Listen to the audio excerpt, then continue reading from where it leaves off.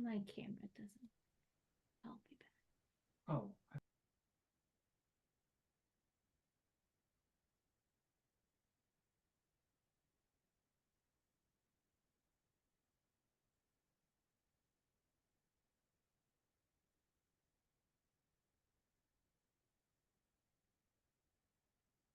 Hi, Cheryl.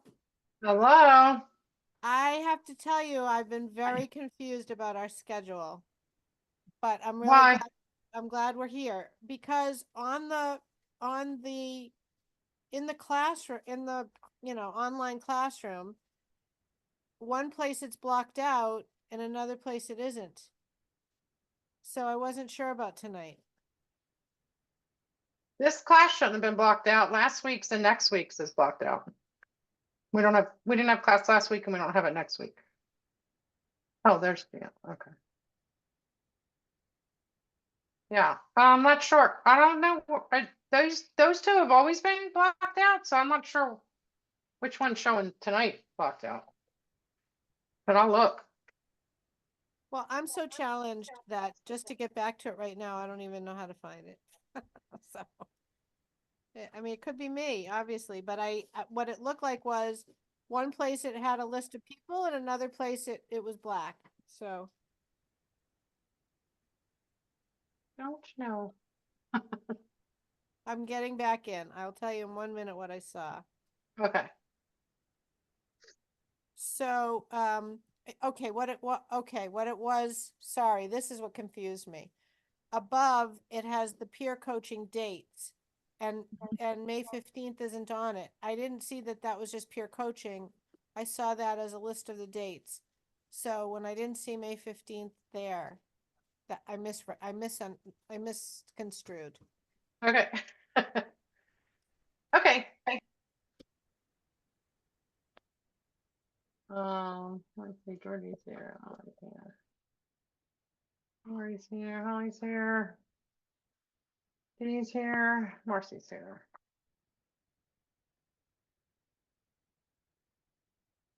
Kim will be here shortly. Christine is not going to be here today.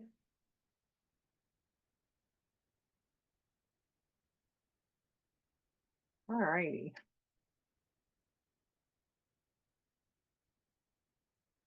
Okay, so one-on-ones.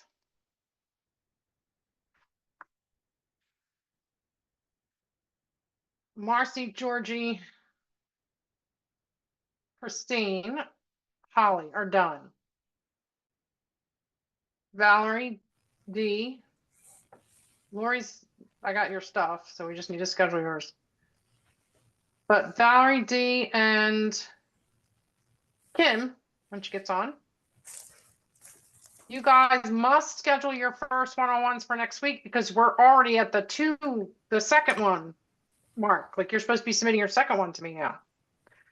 So I need your recordings as soon as possible, and then we need to get you scheduled for your one-on-one for next week. And then everybody else should be working on their second one based off of our feedback from the first one. And I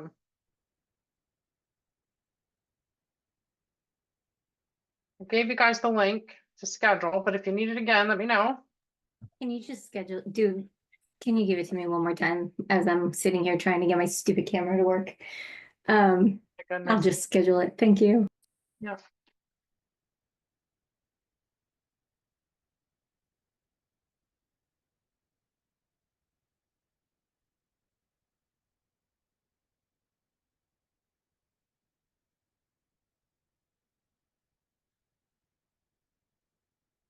I think that's it.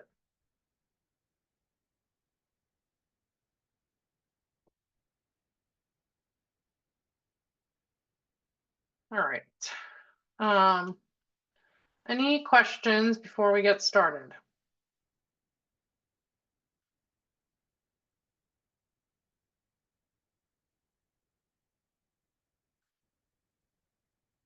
Okay.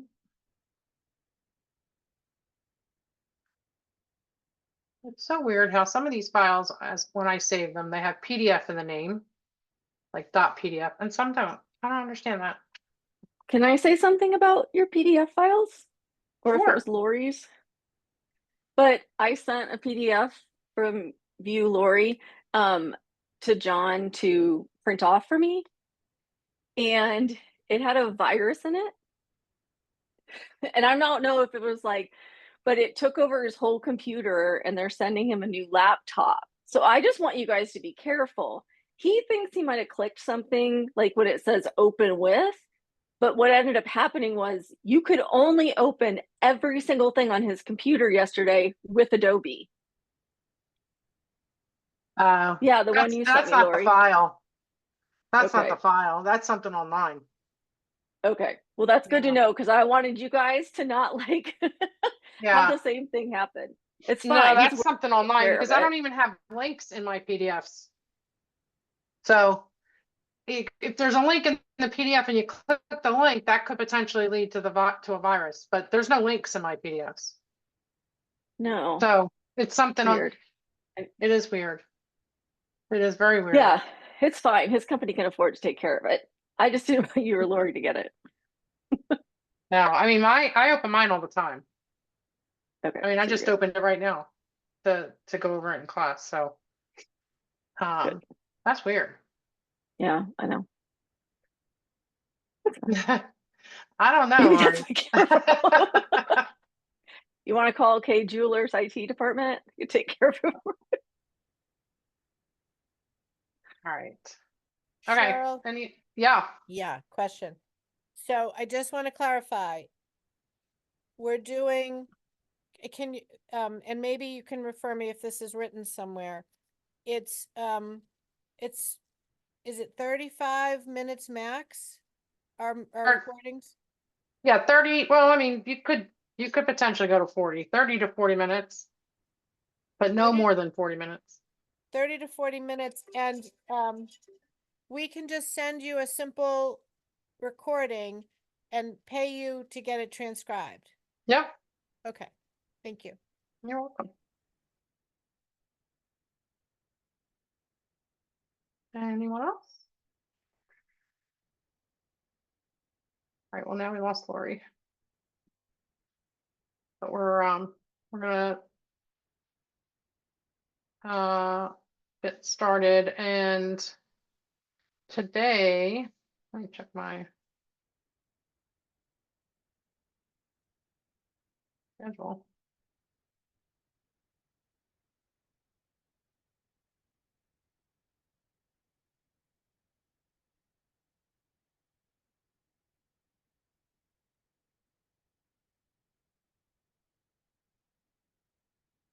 Okay, so today we have D coaching Lori.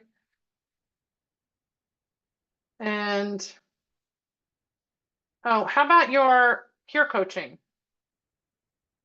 You guys caught up on that?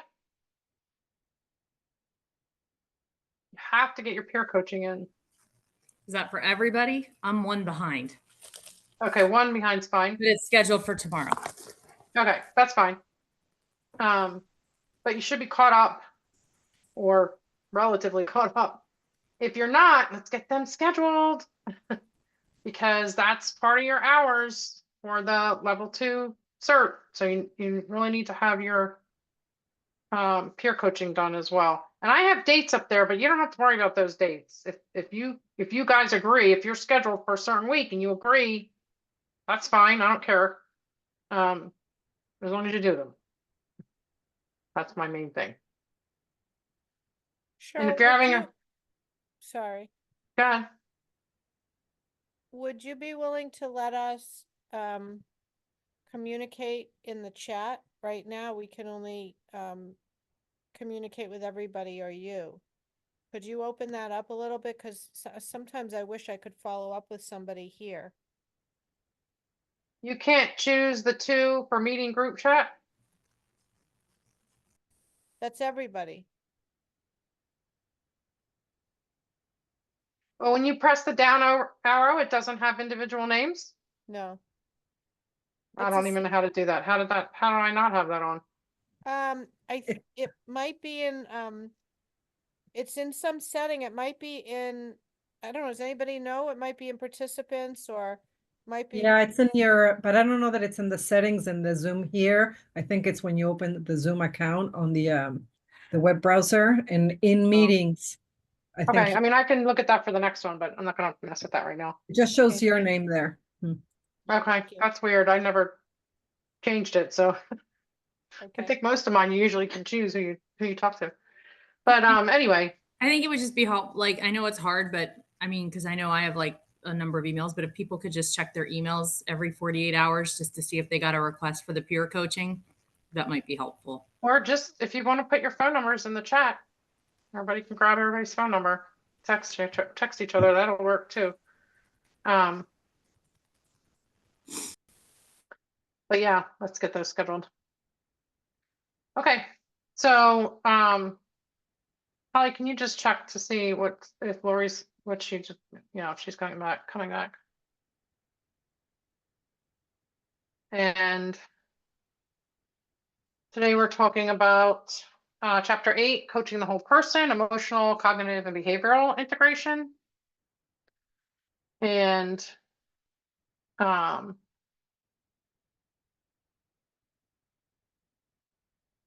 see. So, and I was just talking about this to a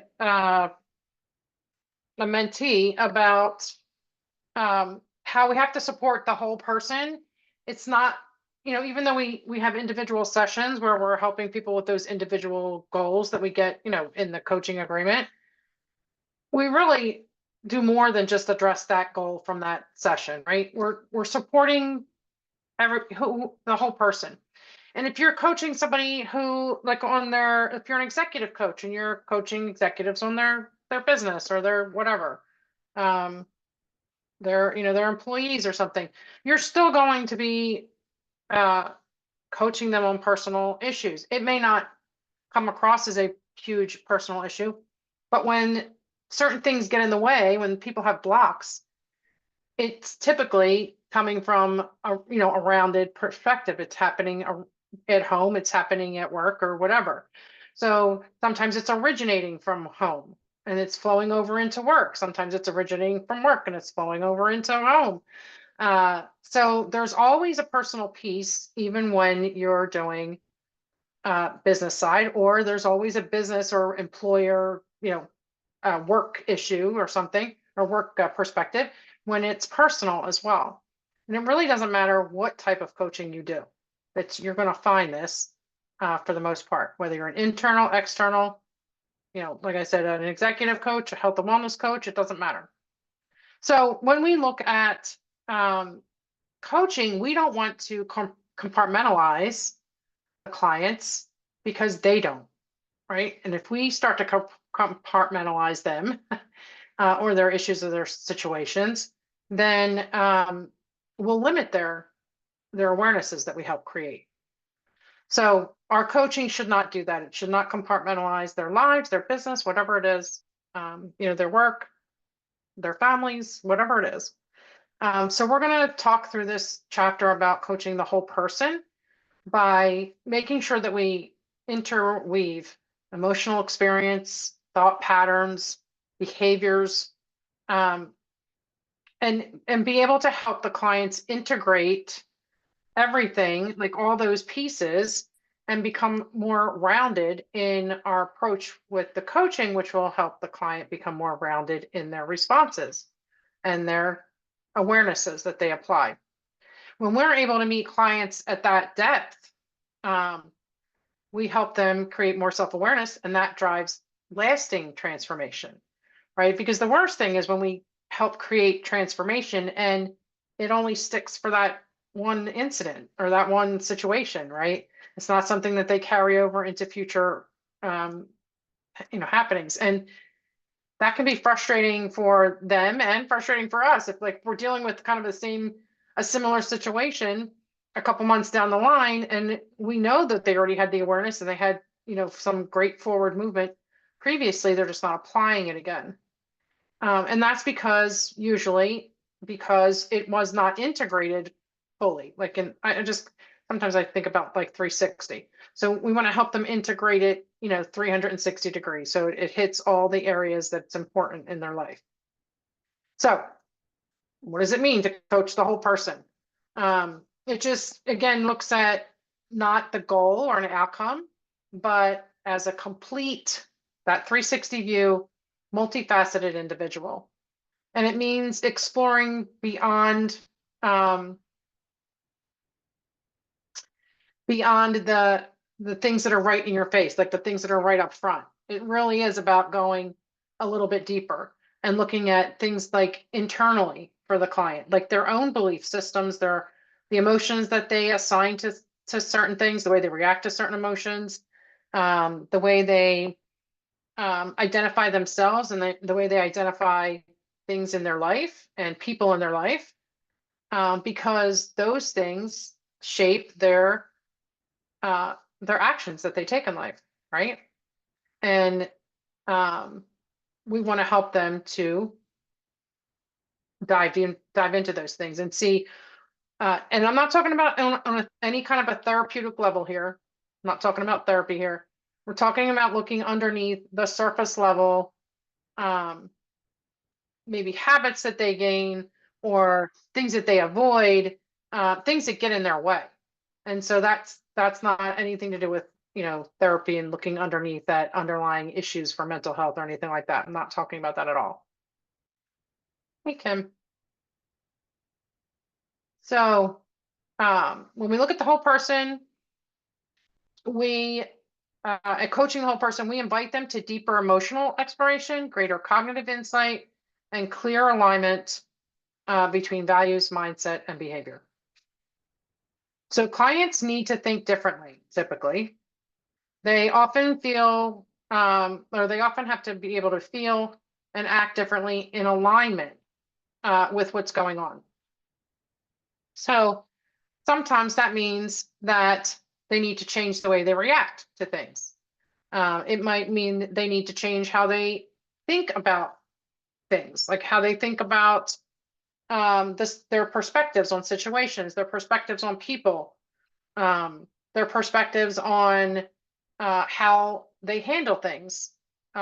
Sometimes it's a defense mechanism. Like we have to help them to really look at that perspective. Like, why are they getting defensive? Why do they react that way? And so a lot of the times it really is their reactions, their emotional reactions. And, I'm sure everybody has heard like one form of another of this saying of it's not bad to get angry. It's like how you react with that anger, right? What do you do with that anger? It's not detrimental to have strong feelings. It's how do you react to those strong feelings? What do you do with those strong feelings? So this is kind of in that area where we want to help them to react differently or take action when they're not taking action, right? We want to help them to mix it up because if whatever they're doing is keeping them stuck, we need to help them to see that, first of all, it's getting them stuck. And secondly, how do you change that? And that's something internal. And if we can help them to make that internal shift and then keep it, right, something that they carry over to future situations, then that's real transformation. And I don't care what kind of coaching you're doing, you should have transformation in your coaching. There's no reason not to have some sort of transformation happening in your coaching. And there's ways to do it. And that's what that's what we're going to talk. I mean, we've been talking about that through this whole course. Emotional intelligence itself is a way to create transformation, but specifically the areas that we've been talking about. So in this chapter, we're looking at emotional intelligence is integrating through awareness. So it's because the awareness ties the emotions, the thought, and the action together.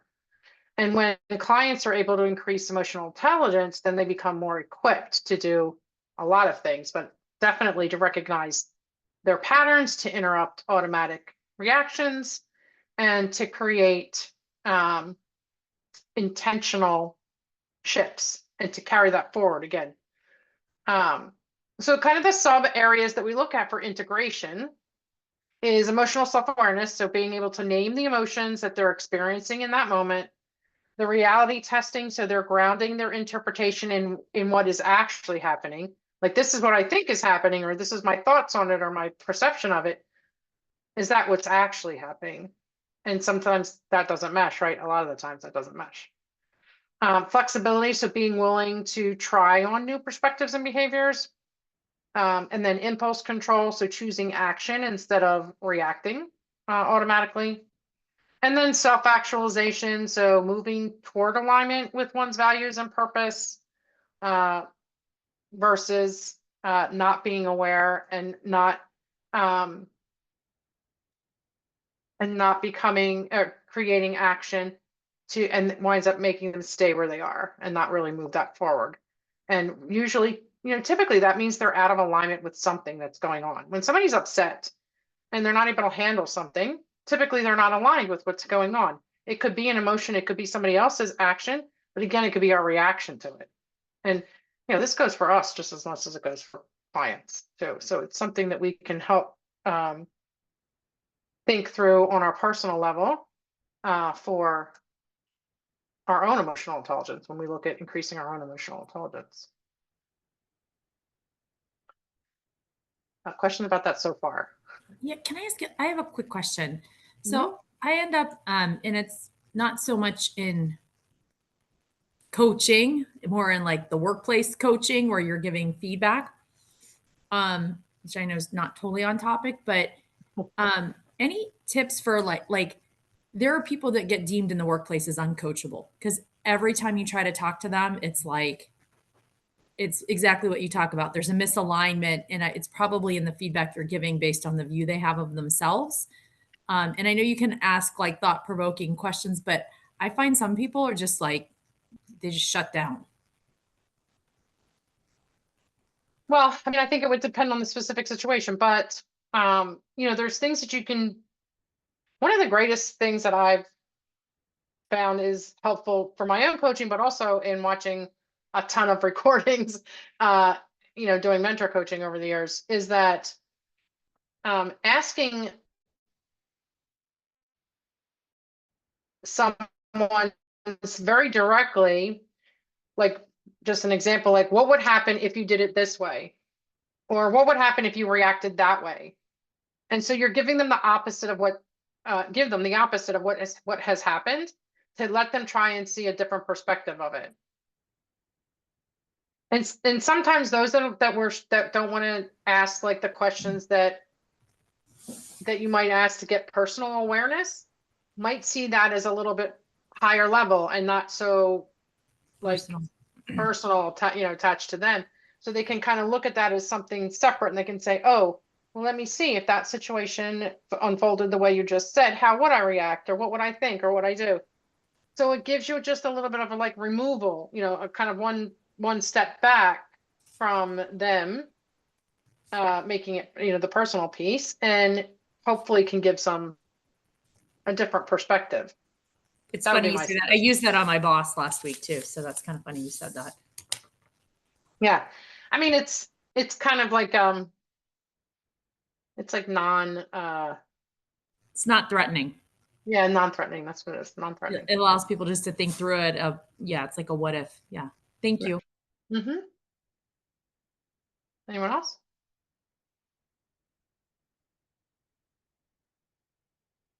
Okay. So first I want to talk about identity. So the identity is the root of integration, because at the heart of any kind of emotional or cognitive or behavioral integration is identity. How your client sees themselves, how they see the people around them, how they see their spouses, how they see their kids, how they see their work, how they like, it's really everything. How they see it connects to their identity. And so when their identity is not clear, or it's misaligned, or maybe it's in flux, like they're in a stage of up leveling or whatever, like however you want to term that, disconnection is what shows up in behavior. And so when people for instance, you know, some people, part of their identity, say, is their family, right? Like I can tell you 100% that at least 50% of my identity is my family. And when something is not going the way I feel it should go, or if I'm not clear about where I should place my voice in, say, a family situation, that starts to make me feel like I'm not really clear about my role in that position, which is my identity, right? That role is part of my identity. Now, I usually can clear it up myself just because I'm used to it now and I've done it for a long time. But maybe new moms aren't able to, or maybe, you know, moms that have come across different situations with their kids that they've never seen before, or they've never dealt with, that might really impact their identity. And it might actually impact their reaction, and their reaction becomes misaligned because they're not really clear about their role. And so that identity has shifted, or has caused them, or the unclear identity has caused them to not be aligned with whatever that reaction was that they came up with. Or they disconnect from that outcome. And so then the actions they take, if you disconnect from an outcome, the actions that you might take in the meantime might be something that's totally not your personality, not part of your identity, but now you're there, right? And you're in that position. And so your behavior becomes something that's not typically you. And again, that's that misalignment. And really when your identity isn't clear. So when you see people behave in ways that are not usually them, or like, that's not like her, or that's not like him, right? There's something there. It's not just out of the blue. Somebody decided to act against their typical identity or their typical beliefs or values, right? Something has happened there. Something has allowed that disconnect or allowed that behavior to interfere. So some questions that you can help the person to identify or explore that the identity, or identify the misalignment. Who do you believe you are in this situation? So if somebody is talking to you about, you know, I really reacted poorly to an employee the other day, and I don't typically react that way, and I'm really struggling with why I did that, or I'm really struggling to figure out, you know, how to make sure it doesn't happen again. A good question: who do you believe you were in that situation? And it could be a pretty negative thing, right? Well, who do you believe you are typically, right? And so now they can see that gap really clearly. Well, that's what I thought I was in that situation, but here's what I really usually am, or here's what I want to be. Can even be that type of a question. Here's what I want to be in that situation. And now you have a gap that you can help them fill, because you have those two things. And of course you ask more questions to help them get a little bit clearer on it, but you've created a pretty good distinction there for them, right? When you're saying, who do you believe you are or were, and who do you want to be, or who are you typically? What does your future self believe that you haven't fully owned yet? So when people are not being honest with themselves, that's a great question, because it makes them look back and say, well, kind of looking forward, looking back and say, you know, maybe I don't have a whole lot of patience for that kind of a situation. Or maybe I have a belief that really doesn't belong in the workplace, you know, or whatever, right? So by asking that type of question, they can they can picture themselves in the future looking back and saying, what has happened, what has transpired over these days or months that the typical that the situation is that they brought to you has happened over. So just helping, again, giving them a different perspective, or asking them to look at it a little bit differently by looking, going to the future and looking back. So that helps you, it helps people to see how they want to be too, right? I forget the name of it, but the one where when you're, you say, you ask people like when they're on their deathbed, what do they want to, be proud of themselves or think about themselves? Like that's the same thing, right? We're asking them to project into the future and look back. And that's the same thing here. And then how's this goal connected to the person you want to become?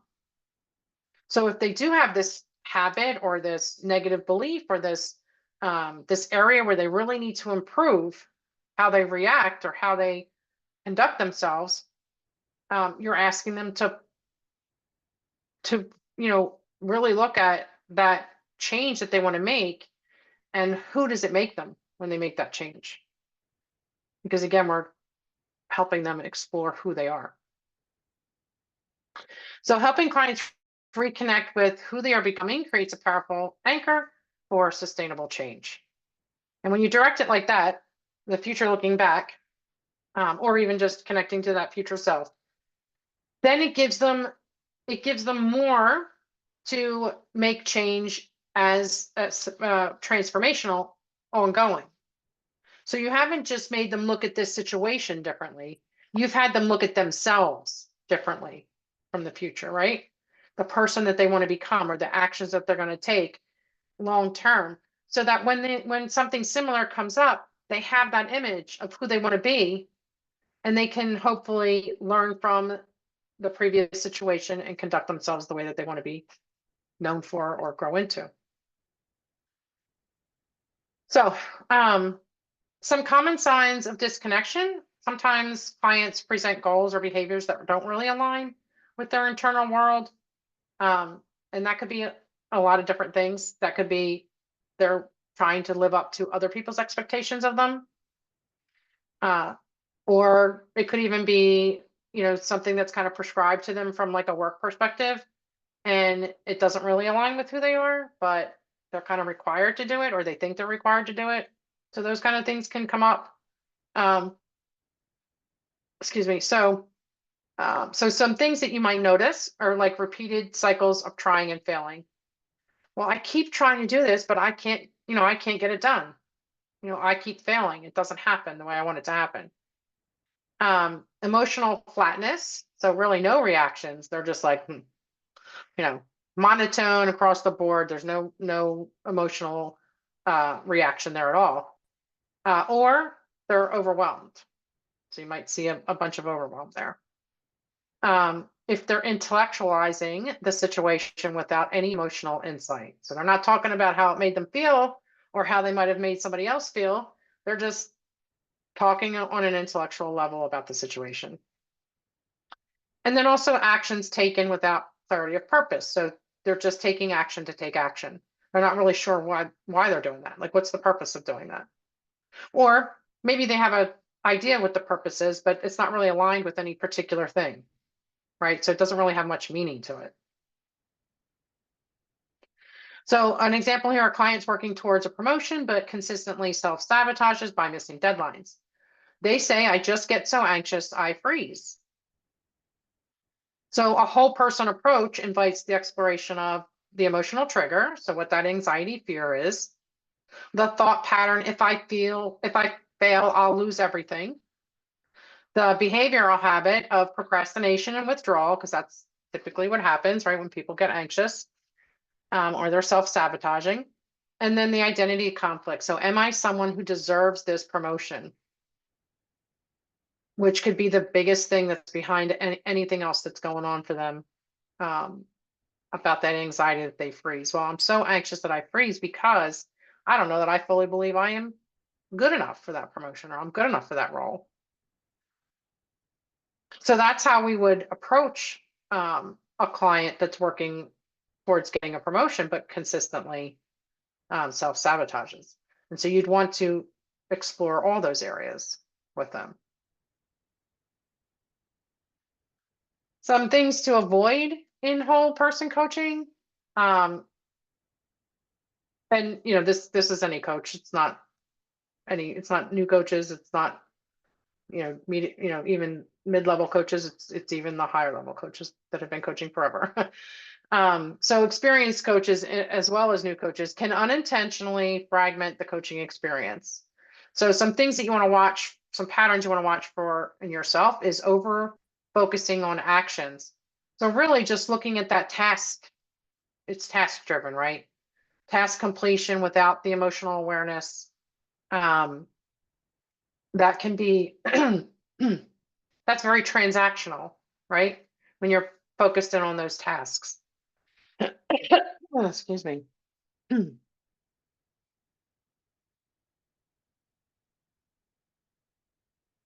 So while finishing tasks is important, if you're not, well, if you're not exploring the emotional impact of doing it, like in the process of doing the action, what they're going to feel like when it's completed, what will they feel like if they don't complete it? If you're not tying that emotional awareness to it, then it's very transactional and it's not going to support the whole person. Staying in the head, so remaining like intellectual conversation without tapping into feelings or intuition. Skipping the identity work, so coaching goals without anchoring in who the client is becoming or the goal or the values that they have or the values that they want to incorporate. And then ignoring somatics, so missing any body language that might be going on that could reveal some emotional truths. So you want to be able to use these moments as cues to zoom out and ask what part of the client is missing from this conversation. And that to me is one of the biggest things that you can do is you can sit back for a second and say, what was missing out of that response that the client just gave me? And what can I ask that will help to bring that part back, right? Or bring that part forward or up. So to create that awareness. So some coach language that we can use for integration. So when we want to bring that whole person into the coaching conversation, it does require that we use specific language, that we're sensitive in this process. So some things that you can potentially ask are like, where do you feel that in your body when you talk about it? What story is in your mind telling you about this situation? If your behavior, had a voice, what would it say? What does your emotional response want you to know? What would alignment look like between what you feel, believe, and do? And I like that last one because it really does ask for alignment between the three major things, right? The feelings, the believing, and the doing. And then I also like if your behavior had a voice, what would it say? Because that can tell a lot about a person, for themselves. So let's look at these scenarios here. So the first one there is the misaligned goal. So a client says they want to increase visibility, but they never follow through on, say, content creation. So I just used a business one here. What might be misaligned emotionally, mentally, or behaviorally with somebody that wants to increase visibility, but they don't want to follow through on the plans or the creating the content or creating connections that they need to?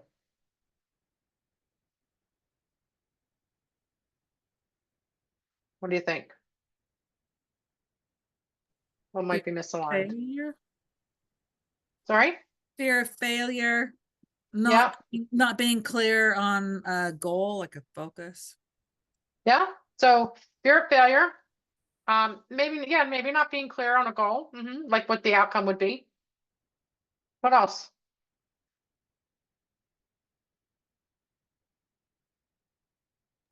Maybe lack of motivation, Yeah, lack of motivation, definitely. or That could maybe be- not knowing where to start. Yeah. Yeah. They're not having like all the information, or maybe thinking they don't have all the information. Could also be like that fear of like nobody will like me, or I'm not good enough. That kind of that self-sabotage thoughts that we have when we start to try to build connections and build our businesses in a public way.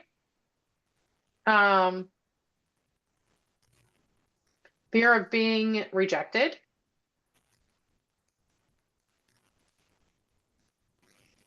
So these are like yes, I want to be visible. Yes, I want to create connections. I want to be able to get out there and meet people and network and what have you. But that's really when I'm feeling like I'm not good enough, or nobody's going to like me, or I'm going to be rejected or something like that. That's a misalignment, right? Because if we want to build relationships and we want to get people out there to start to know us, then we have to believe in ourselves. And so we don't want to misalign. We don't want to misalign ourselves with that negative talk. And so that might be something that the client's going through. So how could you potentially invite deeper exploration in that situation?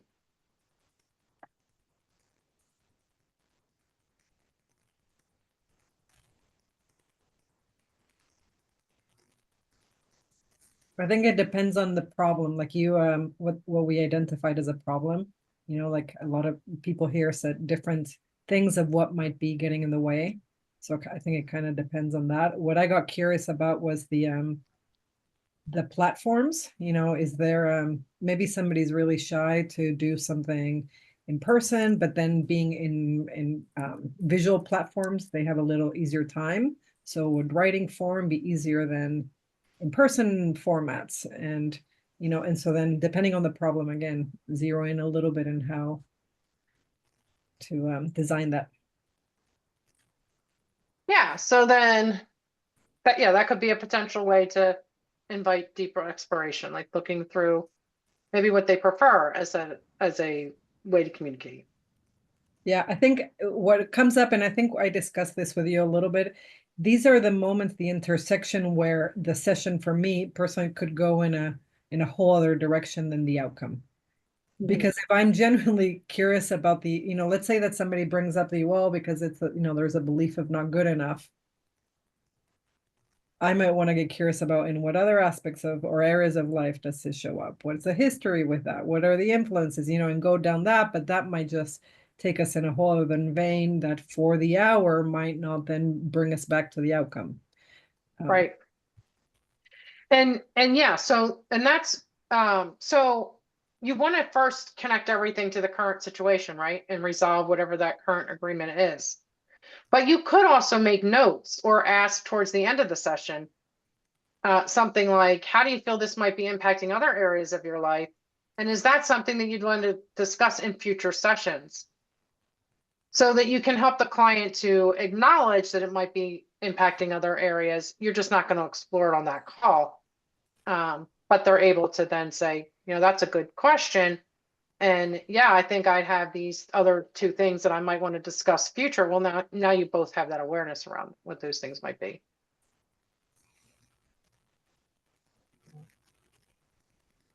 Could you reflect to them, when we talk about completing XYZ, or we talk about this creation content, I sense your body get excited, but then notice when we talk about steps to move forward that your demeanor changes. Can you share more about that? Yeah, definitely. If you see that difference, then bring that up. And just say, yeah, well, what might be behind that, do you think? But you could also say something like, you can go to the who of the person here. Well, who do you want to be in this space? Right? So that helps you to dive a little bit deeper into their motivation for wanting to create the content, for wanting to get visible. And maybe they can connect to that more so and overcome the obstacles that are coming up. So it could be just as simply as saying, what is the purpose of you doing this? Who do you want to be in that space? Who do you want others to see you as? Like those are identity type questions that you can help them explore and go a little deeper. And then you can say, well, what's holding you back from being that person? And then if it comes down to, being scared or limiting belief, well, then you can work on that, right? It's something that you can help the client work on. So I think just asking those deeper questions of like who they are and how they connect to who they want to be in that moment. The second one there, the high achiever. So the client is successful, but they're constantly exhausted and dissatisfied. They say, I don't know who I am outside of achieving, or I don't know who I am outside of my job, or outside of my company, or outside of whatever. What internal disconnects might be driving this, do you think?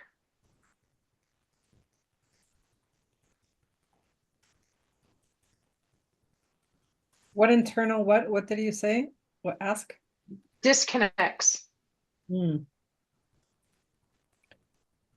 think that that's a really complex question. I think that the symptom of tiredness can point the light to a lot of different things. One can be not genuine interest. Well, but they say to you, I don't know who I am outside of achieving. Oh. Yeah. So I was thinking like a sense of responsibility. Mm-hmm. Because Yep, that could be. I've been a high achiever myself, and I've been asked to slow down. Like, Yeah.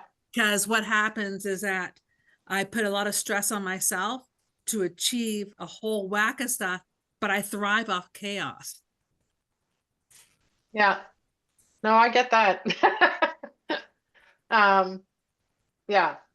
And here's the thing. I mean, I was the same way when I was in corporate and in my business, but more so in corporate.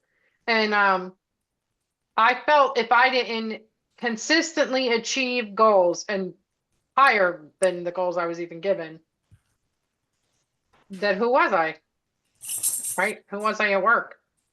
Because here's the thing, the disconnect came in where I disconnected to my why, first of all. Why did I want to be so successful? Why did I feel like I had to do things more and more and more? Like, that's what you really have to start to examine. And I wound up leaving corporate because I did that whole examination. And my why was my family, but I wasn't really honoring that by what I was doing at work, in the corporate job. So now, how did I figure that out? I didn't have a coach, but I read books and I talked to different people about what they did. And you can see where, like, when you do that kind of exploration for yourself, you can see where you're disconnecting really from your why. Like, it was my why to be a high achiever. It was my why to keep getting raises and bonuses and, to be great at work. That's why I did it, because I wanted to take care of my family. My why, it was connected directly to my family and my own, being able to do certain things as well, but definitely to be able to do things with my family. And so then that's a disconnect because, okay, I'm working 60 hours a week because I want to be able to take good care of my family, but I am not home for my kids. Or when we get home, it's, 7:30 at night, and it's, what kind of time am I spending with them? It's homework, baths, and bed, dinner somewhere in there. So that's a way to look at something like that. And for me, it was family. It could be something totally different for someone else. But so what's their why? That internal why, and what's the disconnect that's driving the whole process of, well, they're exhausted and dissatisfied, but they're the ones creating that environment for themselves as far as overworking or overachieving. How's that disconnecting? Why are they not really connected to their why? And then how is that why being served or not being served with what they're doing? And when did that start? Yes, So when did it start? Is that something that happened? Like, is it a, what do you call it? Like a product of like your childhood thoughts, right? Beliefs, like being told you're stupid or not good enough. Yeah. And then proving a point, like going the extra mile to say, see, I can do this. And you told me I can't. Well, I'm going to show you I can. Yeah. Yeah. And I don't know that you'd get too much into the childhood, but just asking them to know where it might be coming from is a good idea. We just want to make sure that we don't go into any kind of, therapy or whatever, but yeah, you can definitely do that. And again, it helps to connect what's happening, the outcome, like that exhaustion, that dissatisfaction, with maybe something that started like you said, from somebody telling them a certain thing. And again, that they're disconnected from their why to begin with. Like, why did I start doing this? Anybody else have something different?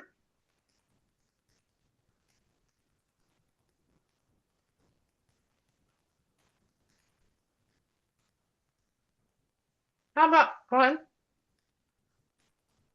Was that you, D? I can't hear you.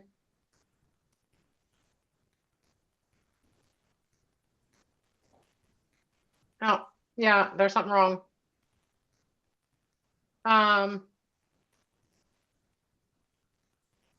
Anybody else?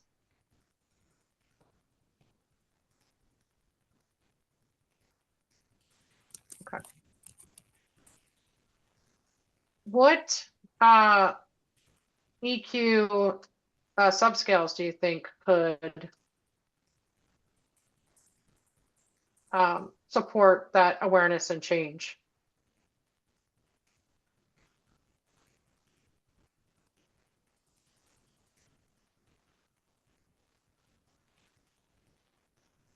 Like emotional awareness, is that?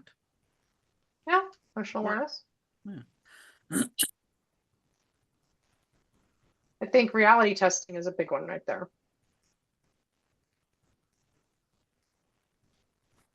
And then maybe even self-actualization. Right, you I hear think me there, now? and then, yes. Okay, so I'm sorry to interrupt. What I was looking at is I don't know who I am outside of achieving. So we just start with, well, let's talk about who you are inside of achieving and maybe, what the issue there is, that the struggle that they're going through. We begin by, let's talk about who you are when you are achieving, and what part of that do you want to scale down so that you could connect at home? No? Yeah, no, I think that's good. I want you to be aware of when you say let's talk about, because let us, right? That's directive. Thank you. Yeah, but definitely saying, just asking the question without the let us in front of it. Asking the question. Yeah, like, who do you feel like you are now inside that achievement?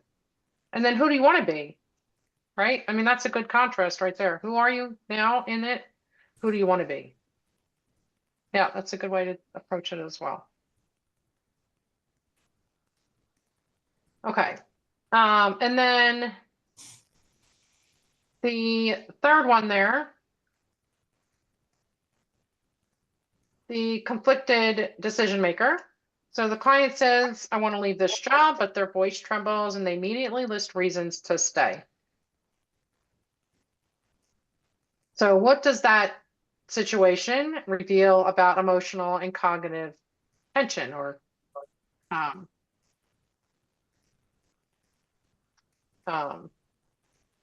disconnect?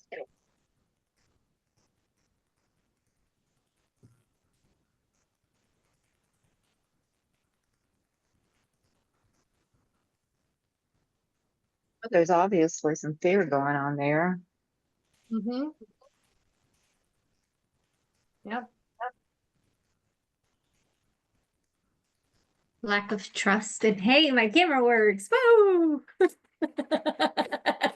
Yay! Ay, ay, ay. But lack of trust in their decision making.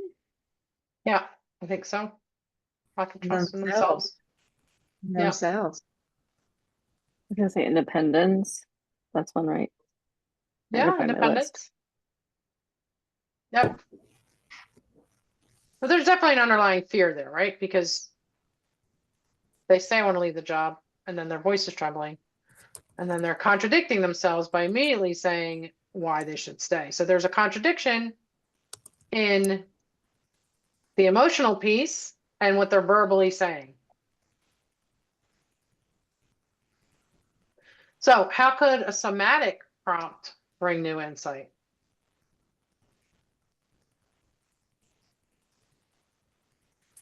remember we talked about somatic coaching. What could you potentially say here or ask here that could bring, some new insight?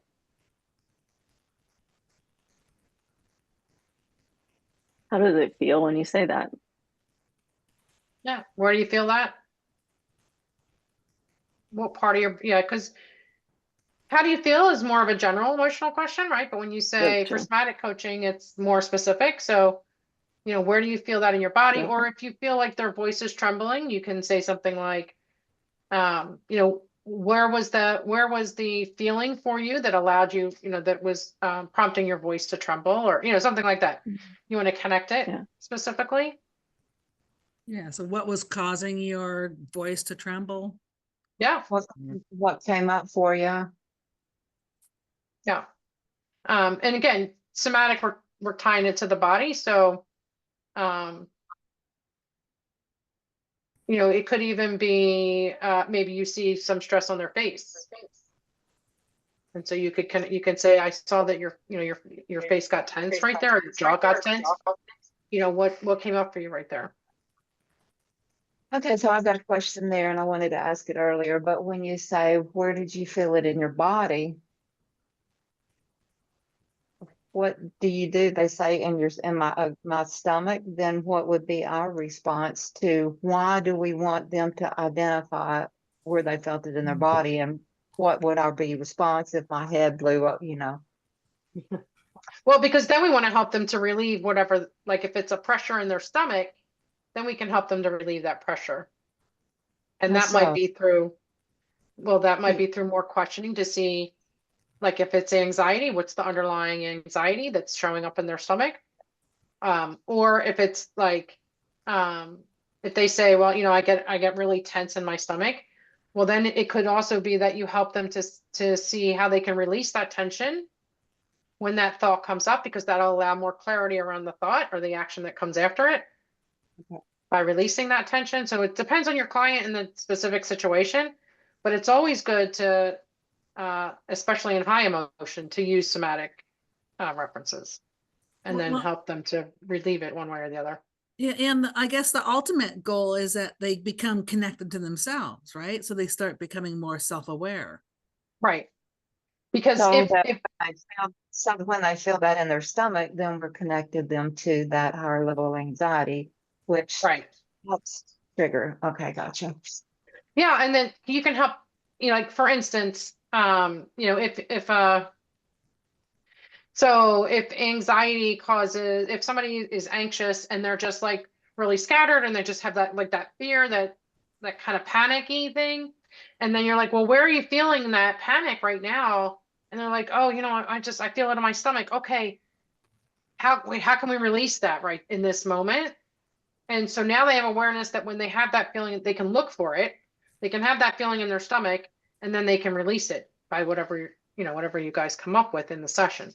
So, it's awareness of where it impacts them in their body or where it shows, and then how can they overcome it, or in some cases, if it's a good thing, how can they, draw on that going forward? But yeah, it's an awareness and it's a connection. It's definitely how to connect to themselves better.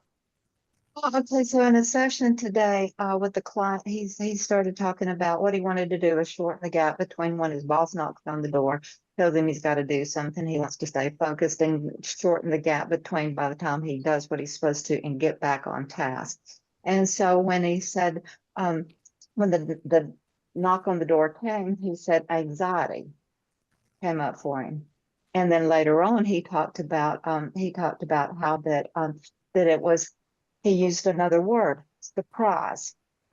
And so I caught those two words and I asked him, I said, well, how are anxiety and surprise, what emotions do they both have in common? And so long story short, he was able to connect the anxiety with an old boss, that he had to, hit it hard. And I asked, is that true with this boss? He was transformed. It was really cool using this emotion. Good. Yeah. Perfect. All right. So if we look at the next section, it's the before and after coaching language. So before surface level, so what steps will you take next week? Kind of a standard question that we probably all used. But after the whole person focus, it's like what emotions come up as you think about those steps? What beliefs might support or sabotage your follow through?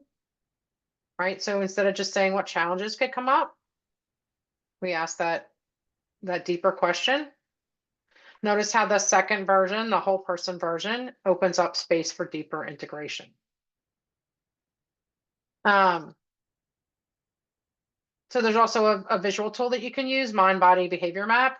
So you can invite clients to map out a moment using 3 simple circles. What am I feeling? What was I thinking? What did I do? And then you can use that as kind of a reflection for alignment. It helps the clients understand how the emotions, the thoughts, and the actions influence each other.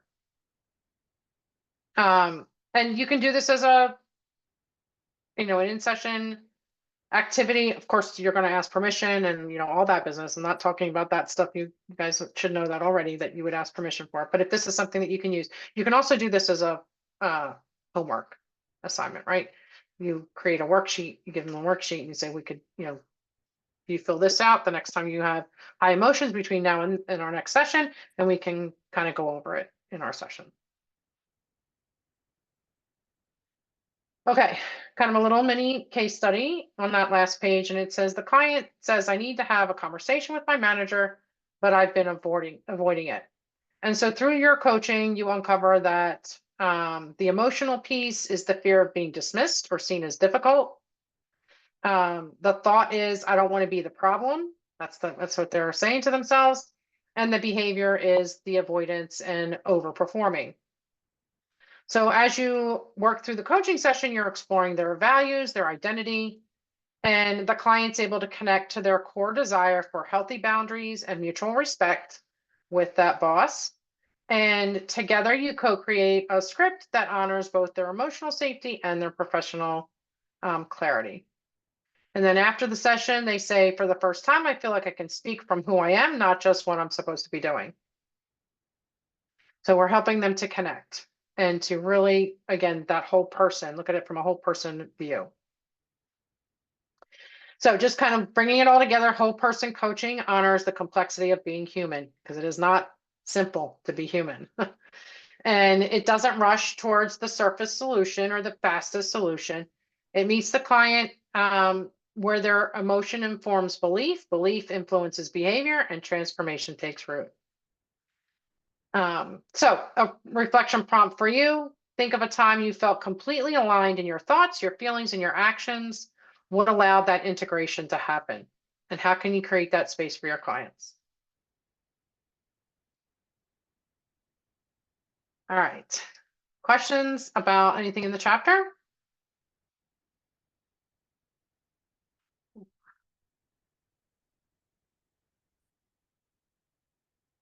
All right. Okay, so we are gonna take a break, and then when we come back, we're gonna do the coaching session. And again, we have D coaching Lori. So let's take, it is 7:35, so let's take 15 minutes, and so 7:50, and we'll jump right in when we get back.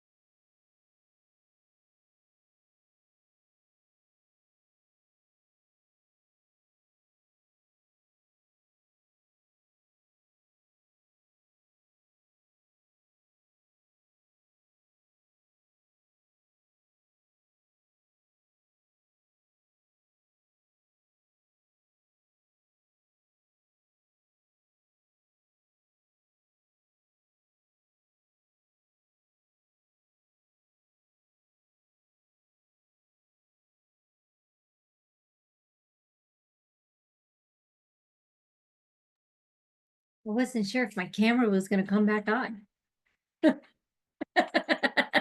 I've had trouble with it all day, all day. You've had trouble with it for like a month. It's actually been like 3 months, and then what I did is I stopped using my external camera because you'll see Oh. it jumps every now and again. So I'm like, okay, I'll just kind of set myself up that I'll use my Yeah. computer, and then my computer stopped working today. Oh. That black screen was now my computer, and I'm like, "Ugh." It's the PDF file. I'm telling you. So now I'm back to using Dad, oh gosh. right, and now I'm back to using my external camera. I don't know.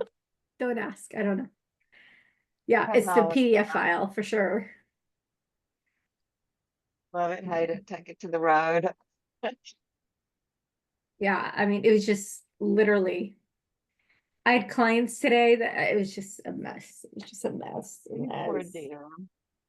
So I'm How was gonna. your Sorry. Sounds like a stressful day. I was gonna ask Dee how her weekend retreat went. What now? How'd your retreat go last weekend? Oh, it looked pretty good. It's not so far. So, a little bit more stress to do the second day, but kind of dropped the ball on It's that. hard. Sorry. So you're not Cutting in. hearing me? Yeah, you cut out a little bit, a lot. Okay, well, I need to be doing this in session because so Holly. Oh, that's Can- better. Yes, that Okay, was better. well, Nope, Laura, bad. so I'm gonna have it this way during the whole process. Oh, no, That's I not have to- working now. Can you hear me, Lori? Now I can. Don't talk any differently.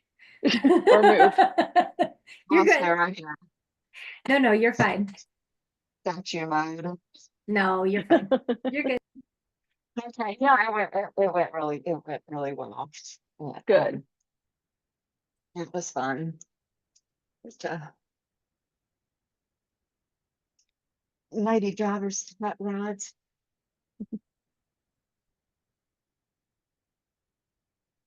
And where is our beloved coach?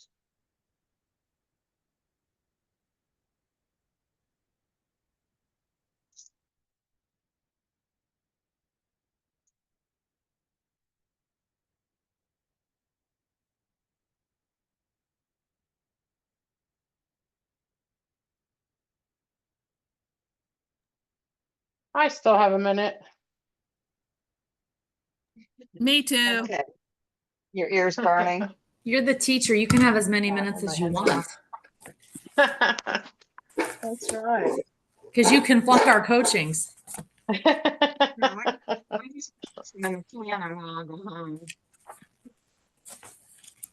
just trying to get my hair up. It's just not cooperating.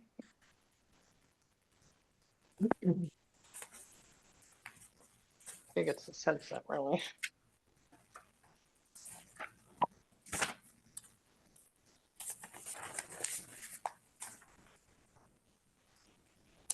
All right, everybody get your forms out.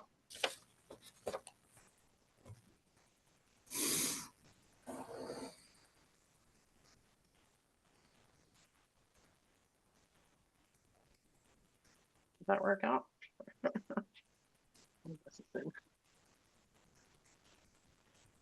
Hi, coach, if you'll do this, it'll work. There's something over here. It's just not sitting right. Oh well. All right. Anyway, okay. So your forms. Let's do. I don't think you've done 3 yet. Let's do 3 for you. Carol, Yeah.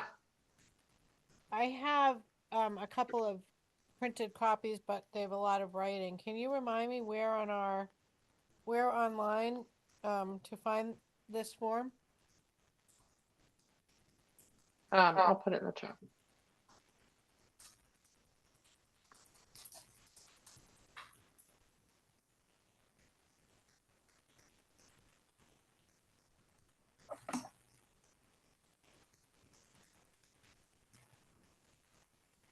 I felt like I have a little nose hair all day, like tickling my nose.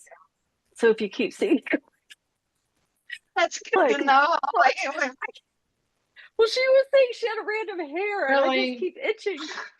Yeah, I'm the junior hire. Anyway, Okay. the form is in the chat. oh, I gotta tell you a story. I gotta tell you a story. Okay, No, so not right now. no, I want to sorry, do the sorry. coaching. It was a great one. I'm sorry, I don't know, you missed it.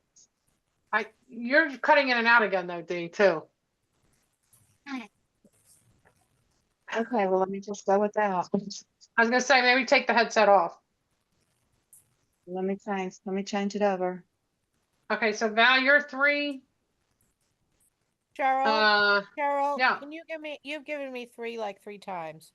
Could you give me another number? I'll take 3. I've never had 3. Okay. I didn't actually even think you did the coaching agreement before, Val, but okay, Marcy 3. Holly. Okay, I'm ready for a Okay, hang on. Holly 4. Georgie 5. And I'm gonna jump you to 8. Or no, I think you've done 8 a couple times. I'm gonna do 7 for you. Everybody? Oh, and Val 8. There we go. And then I'll do 6. Okay. So you're gonna have 30 minutes. So 7:55, you want to start, you want to be done by 8:25, okay? Gotcha. Everybody else can go off and mute. You have the floor. Okay. Hello, Lori. How are you doing Hi. this afternoon? I'm good, Dee. How are you? I'm doing really well. Thank you for asking. What would you like to focus on tonight? You know, I am going to be leaving my full-time, well, not my full-time. I work as a contractor in a hospital. And so part of what I'm going to do is I'm actually going to leave that and go full-time into my business, like coaching and all of that. So part of what I would love to chat about today are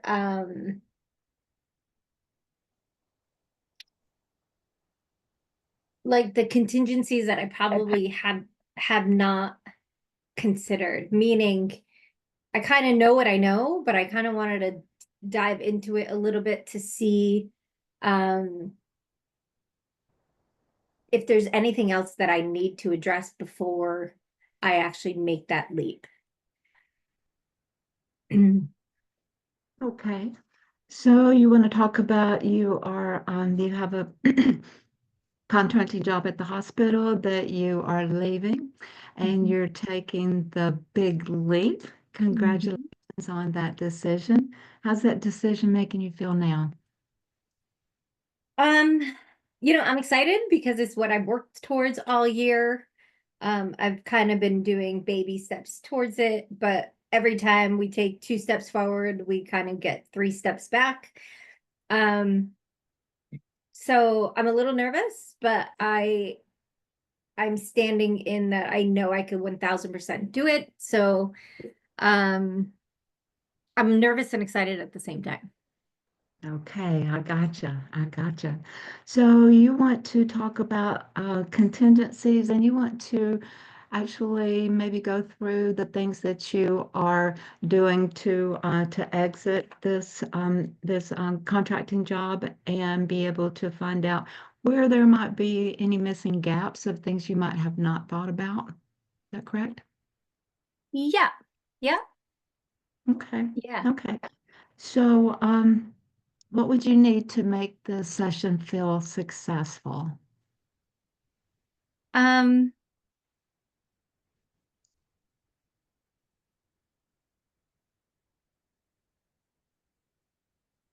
I think just being able to talk it through and like the things that I have thought about and then see if something else comes up from there. So it's more of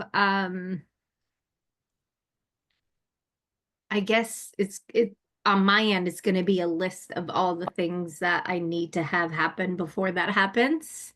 And like, kind of like, I'm going to have a transition period. So our hard stop is at the end of August.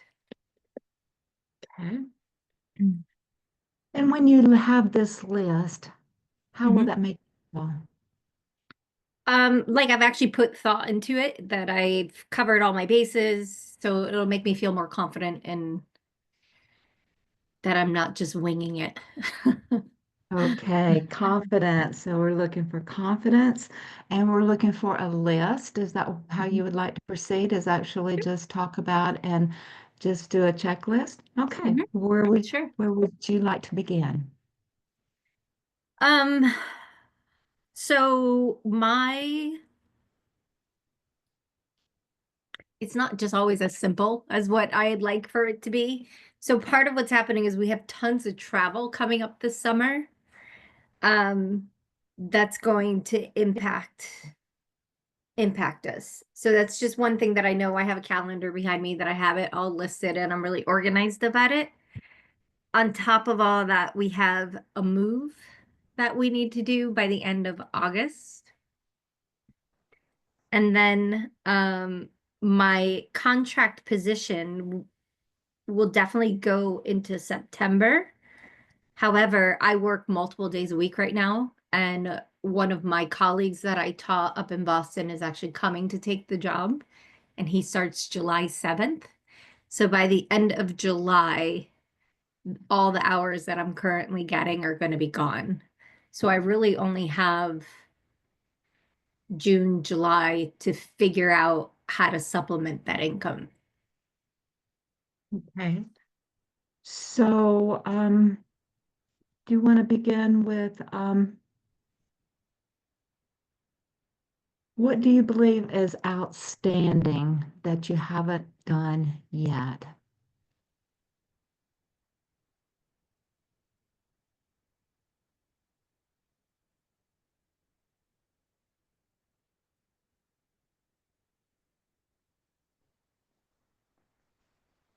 The things that I have my team working on, but it's not complete yet, are all of my offerings, right? So I have them all laid out. I know what they are. They're just not live yet. So we're not promoting anything. And if we are, there's not a hard push, if that makes sense. So I feel like I need to, um, I mean, if you don't have clients, you don't have money, right? So, and so that's part of where I am, is like,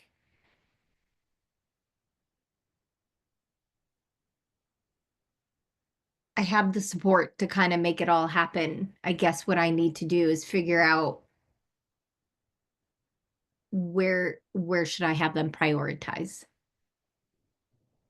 Okay, so where is the first priority? Um,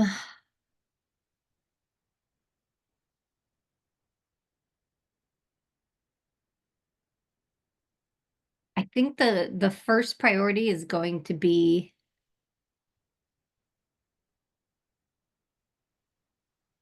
well, this is where I'm stuck. This is where I'm stuck.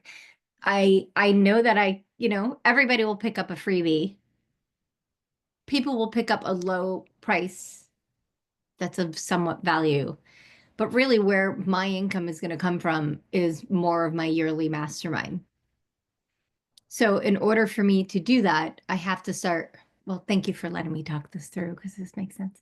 So I really need to, my funnel is literally that. It's either the freebie or the low price. And then from there, they get upsold into a program. So by that point, they already have some value. We understand our styles. Like I know that they're a fit, they know I'm a fit kind of thing. So that's really what I need to do, is start pitching that freebie and the low offer. Low offer. So then that means I need to set up some master classes, like maybe a 3-hour event to kind of start putting myself out there a little bit more. I've been so distracted with everything else that I haven't done any of that. Okay, and I also heard that you said that that there was no hard push. As you just said that maybe I need to go ahead and set up the master class. Did that loosen anything up for you? Yeah, there's I don't know what I'm waiting for, Okay, well, to be honest. what are you waiting for? Um, life has just been a little bit crazy. And when I work the hospital, I'm just so tired that my time has been really taken up by all of that, but I sure really make it a priority. And I'm And just not. how will you do that?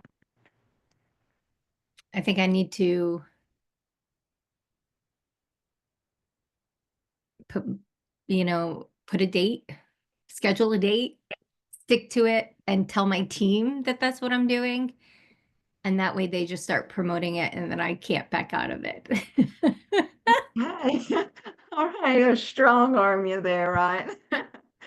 Right? So, sounds like you got a big cognitive load here, Lori, with your travel, with your move, with your exiting this company and moving into this dream coaching job of having your own coaching practice that's thriving with the mastermind. Yeah. Okay. So have you made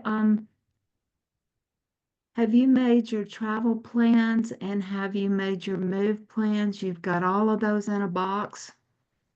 Yeah, so for the next 2 weeks I'll be traveling, and then after that, we will be going to New England. But I'm gonna work from there. So that's not a big disruption. The next 2 weeks are a big disruption. And then our move, we're tasking to move middle of August, and if anybody knows Florida, middle of August, it's awful. So we're trying to prepare as much as we can, as much as we can now. So we started packing. That's why it's a complete disaster behind me. We're just kind of going through something every day. So we know where we're going to move. We just have to go and kind of do all the things and just kind of make that happen. So yeah, I feel we have some control over the move part. We have some control over the travel. We have enough money in savings that if I didn't get paid for a little bit, that we can leverage. So that's fine. Yeah, so it's honestly, it's just me getting out of my own way.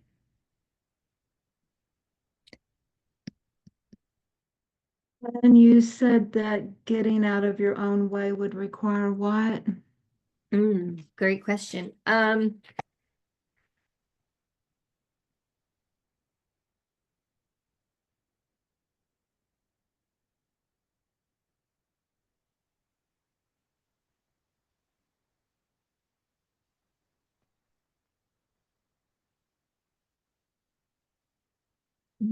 have a cough. I'm so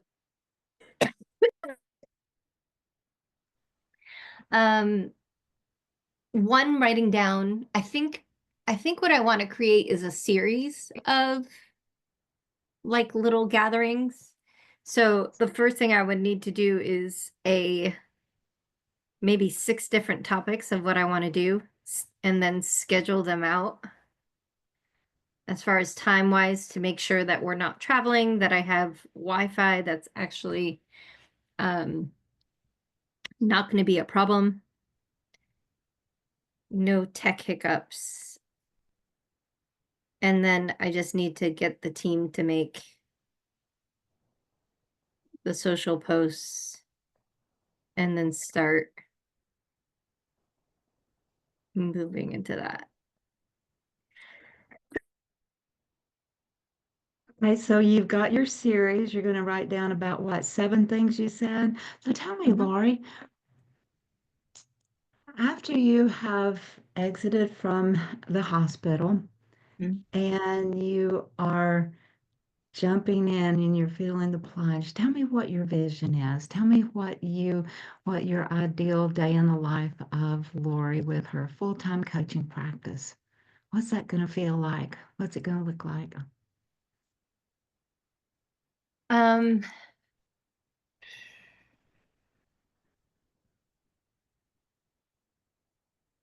it's going to be relieving. It's going to be exciting. I'm going to enjoy it a lot. The hospital really wears me out. Um, it really kind of messes with my mindset. So that's why I'm not, there's a lot of other opportunities that I could take on in the area, and I'm choosing not to do that because it just doesn't serve me. I just, so for me to, in order for me to go and really do this full time, be 100% committed, like choosing me on this would be just something that I've been wanting to do for a long time. So it's kind of like um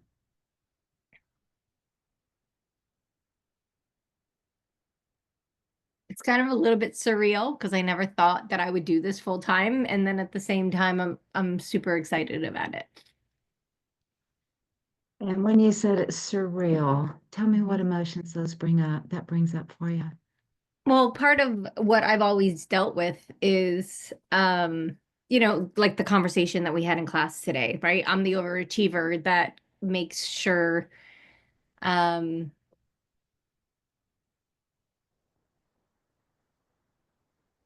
the overachiever that's the perfectionist. So part of what happens is because I'm waiting for all the ducks to be in a row, even though my life has been anything but, it always gives you what you need. Um, I'm finally starting to step outside of that, but my tendency is always to go back into it because it's my safe space.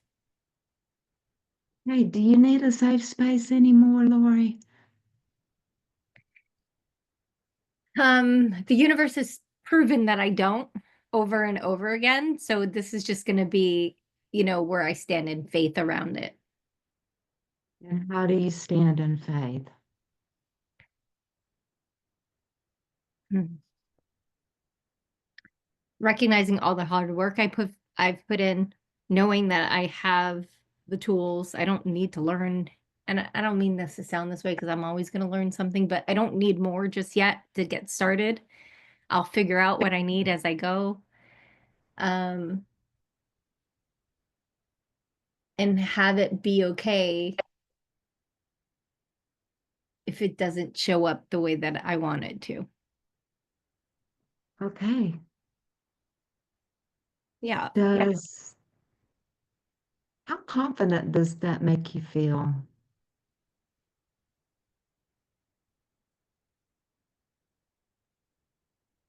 Not very, to be honest, because it's that perfectionist in me.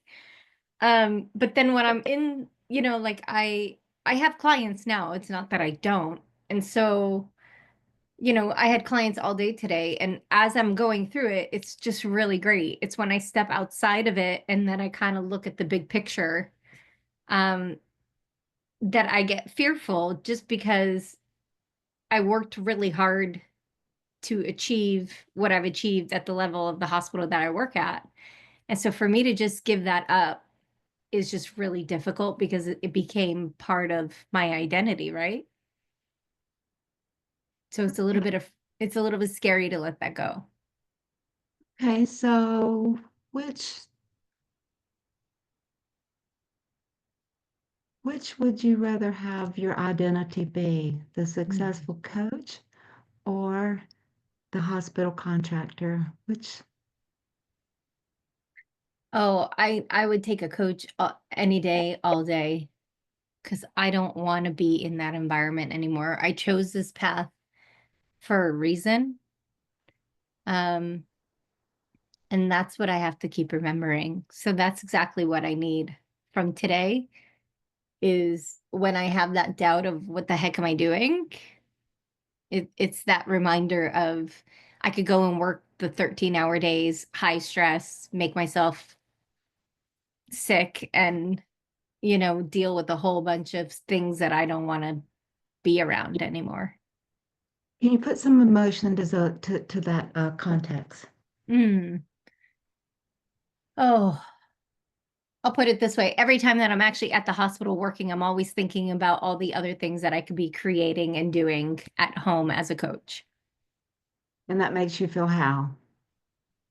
that I'm wasting my time. Even though I'm serving people in a different capacity, it's not what I want to be doing. Okay, so which would you rather do? Would you rather give up that identity there as being in this hospital, you're always thinking over here, or how much could you loosen up that perfectionism? I'm doing better at it. But I need some more work on that. And you know my next question. Um,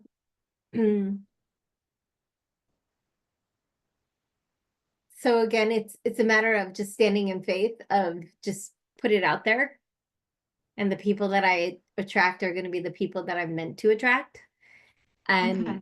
it'll be absolutely perfect however it shows up. Okay, all right. Well, that seems like that took a big bite out of that perfectionism right there. It's going to be okay. You Yeah. said that you're choosing me. And Mhm. as you are making this big transition and you're choosing yourself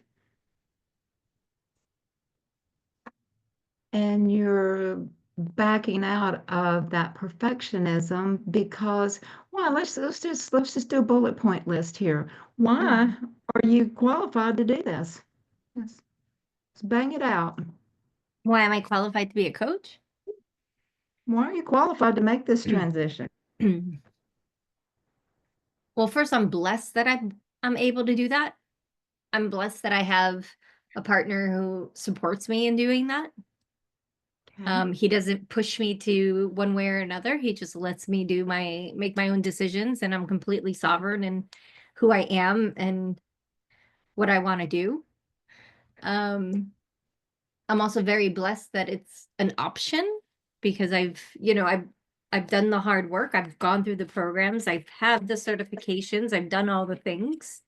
And I also have had the practice of it where I've coached long enough to know that I do make a difference.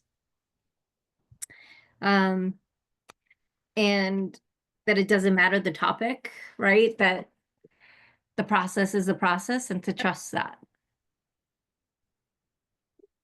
Okay, now what happens if you were to trust that? Trust choosing you. Trust your credentials. Trust that you put in the time, put in the effort. Tell me what's scary about it now. Um,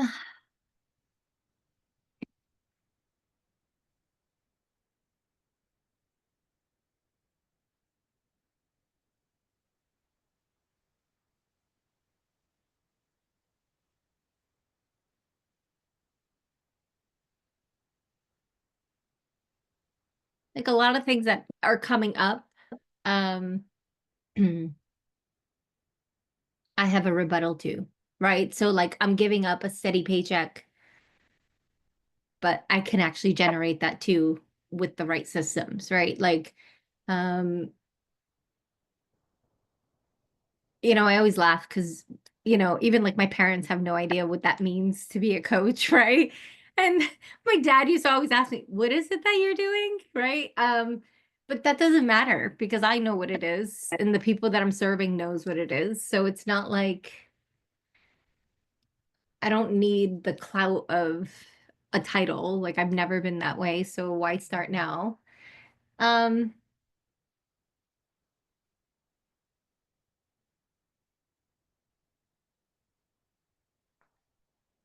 yeah, the only thing that's coming up is and I'm so sorry, I keep having a cough. Okay. You're allowed to be human here. Thank you. Yeah, the only thing that keeps coming up is that I need to have faith in me. That I'm not going to give up, because I know I won't, but that I also need to recognize that there's going to be some days where I might be frustrated, but it doesn't mean it's the wrong choice. Hey, great attitude. That sounds like a growth mindset. So, just to buoy you up, what resources would you need to make you feel just a little, move the needle in that decision that you're doing the right thing?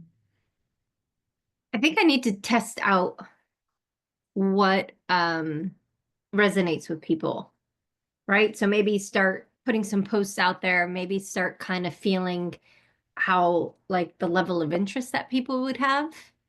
And I also need to share it authentically, right? Because people know when they're getting pitched. So kind of like stop worrying about all of it and just kind of, I keep saying the same thing, but just kind of do it. Just the people will find me. That's really where I'm standing, is that like the people will find me. Who needs to find me will find me. Okay, so that I hear that you are lowering your resistance to Yeah, it's a good way to change. put it. And then I have a Lowering, team. I have a team that is helping me with like copy and all of that. So leveraging them for support. And okay.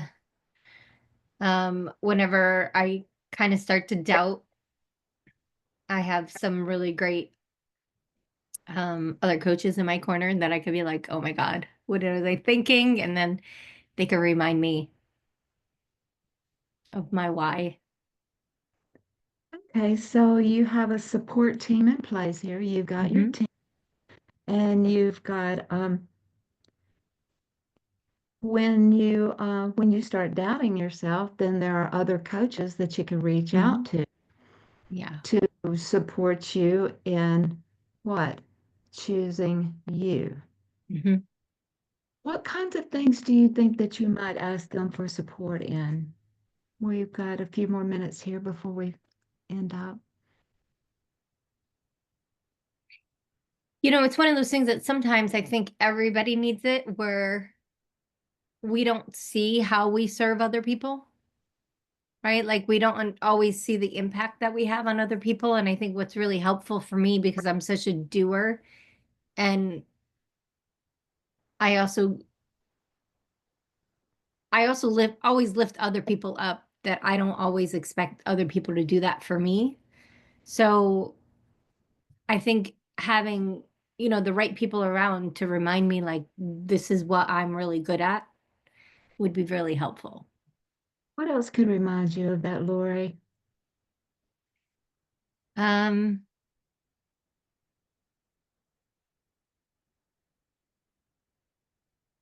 as my bank account growing. I hear you. I hear you. Okay. And it does. With the right people, because right. So, yeah. Okay. I see you kind of smiling a little bit there, and you kind of got a more relaxed feel about you now. Seems like some resistance has come down. Yeah. So what will you do now, moving forward? What kinds of things will you do that will help you feel, let's see, okay, so let me go back to the coaching agreement here. So you wanted to know what those contingencies are. If there's anything else that you miss, that's out right now, okay? Anything else come clear from this session? Yeah, yeah. I mean, it was one of those things that like I was so stuck in all the things that I had to do in my personal life, and none of that ever showed what I actually had to do in my business to make it happen. So, I mean, that's kind of, isn't that something? No, that's something. So you realize that is there a list that you made, or is it, Mhm. was it a mindset shift, or was it a ticking the box, making a list?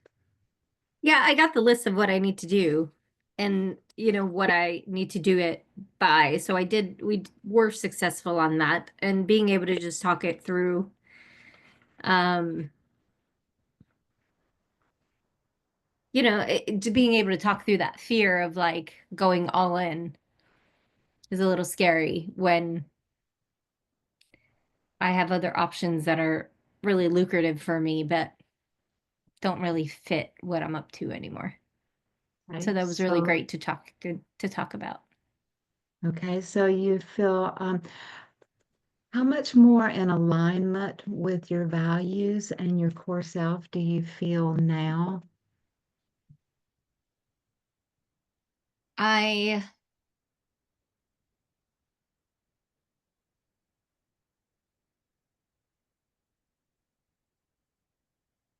That's a really good question. Um,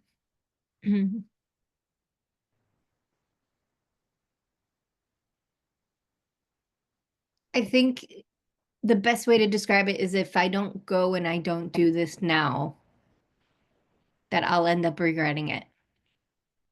And like now's the time. Now's the time, and you sounds like you have built a support system. Mhm. You have a honey that is supporting you all the way. Yeah, You've he got gives me tough love when I need it. you've got some cushioning in your bank account that Mhm. you can sit back and go, okay, breathe a little bit, right? Mhm. You have coaches to support you. You have Mhm. a team. You have, and your big why is, tell me your big why. We'll sign off here. The big why. My big why is twofold. One, to truly live my best life, independent of all the craziness that I've gone through and that, and also to really serve other people. This will allow me to serve other people in a different capacity that will also be serving myself. Okay, Lori, how can you tell yourself that when that moment of doubt knocks you in the stomach, feels stuck Oh, again? yeah.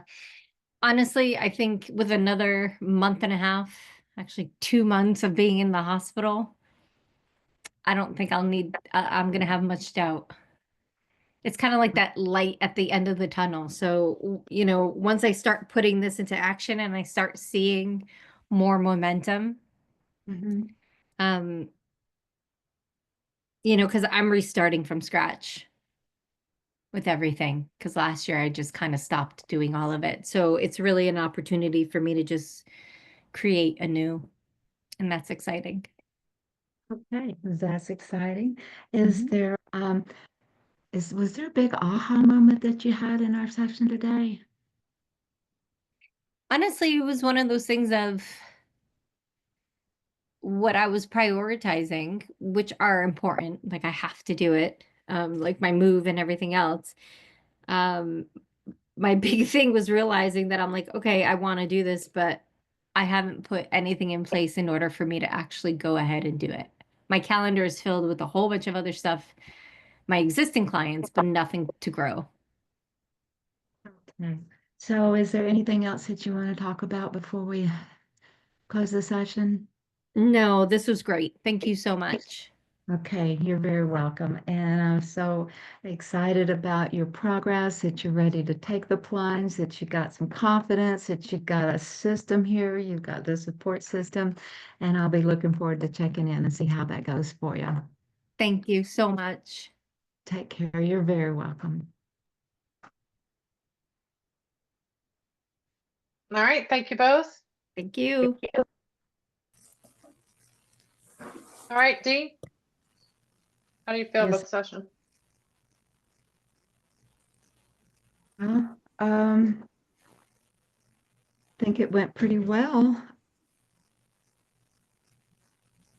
I think that I think that for my goals through this, that I was able to listen more deeply, not overspeak, be able to be more curious too. But as far as, and I felt that she achieved her objective. But I know Okay. you got a lot to say about it, so let me hear it. I'll go last. Um, I'm white let's over here. we'll go through first the specific competencies with everybody, and then I'll give my overall. Marcy, ready. coaching agreement. Yep. So first, thank you for letting me do this section because it's what I'm focusing on right now. So that's helpful for me. For 3.1, partners with the client to identify and reconfirm the client's wants and needs. I think she did a really good job of reflecting back to her what she said throughout the session, but also specifically in this section. Success. So measures of success. Being able to talk it through was her initial, and then she said a list of what needs to happen. And then she talked about, like kind of having that hard stop date. So I feel like she had it just based on my own personal, Cheryl, what I'm working at. I was kind of thinking maybe a little bit more, honing that down just a little bit more, like a list, like your top 3 items that you need to do to get you started. But I don't know if that's overstepping bounds. But I thought that a list could be a little vague. It could potentially take you off target. Importance and meaning. She did explore with her that importance and meaning. Where would you, and she did ask her where she'd like to begin. So on 3.4. Yeah. Yeah. So a list is an outcome, but it's not necessarily a measurement, right? So we didn't really have a measurement specific. And I'll talk more about that. Holly, 4. Yeah, for 4.1, she congratulated her on her accomplishments. And later on, she like 3 times used, oh no, this is a different one. 4.3, I thought I had another one. Anyways, 4.3, she did what does getting out of your own way mean? And then has anything else become clear for you? So like towards the end there. So I felt like some of those questions were inviting a response from Lori. Oh, she says later she told Lori she has a really great attitude about everything. That's what I was going to do. For the 4.1. Yes, but it also could be 4.2. Yeah, maybe. Okay. Okay, thanks. And then 5, Georgie. Yep.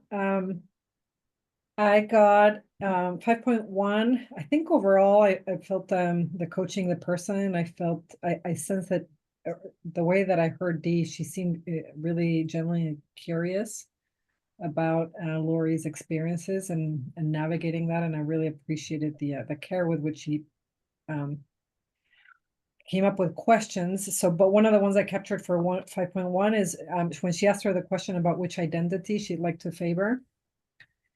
I thought that was really good. And then for 5.2, coaching the agenda, she asked her a few times about the priorities, but then she asked about what was scary about trusting the decision, that I think is I saw it as another aspect of coaching the agenda. Then 5.4, I'm curious about the client again. I got that a few times, like when she asked her after you left the hospital, what does your vision and ideal life look like after you leave your job? Why do you need, do you need a safe space now, or how do you stand in faith? I thought that those were really, strong questions curious about her. And then overall, yes, for 5.5, I think that in general, she created some spaces for Lori to come up with her own process there. Okay. Thanks. And then 7, Kim. Yeah, so this is a competent, yeah, evokes awareness. So questions about current. So she asked, getting out of your own way would require what? 7.2. So coach asks questions to help the client explore beyond the client's current thinking or feeling. What are you waiting for? And I thought she, she did like lots of open questions, concise language. And yeah, it felt like Lori was talking more. Okay. Okay. And then Val 8.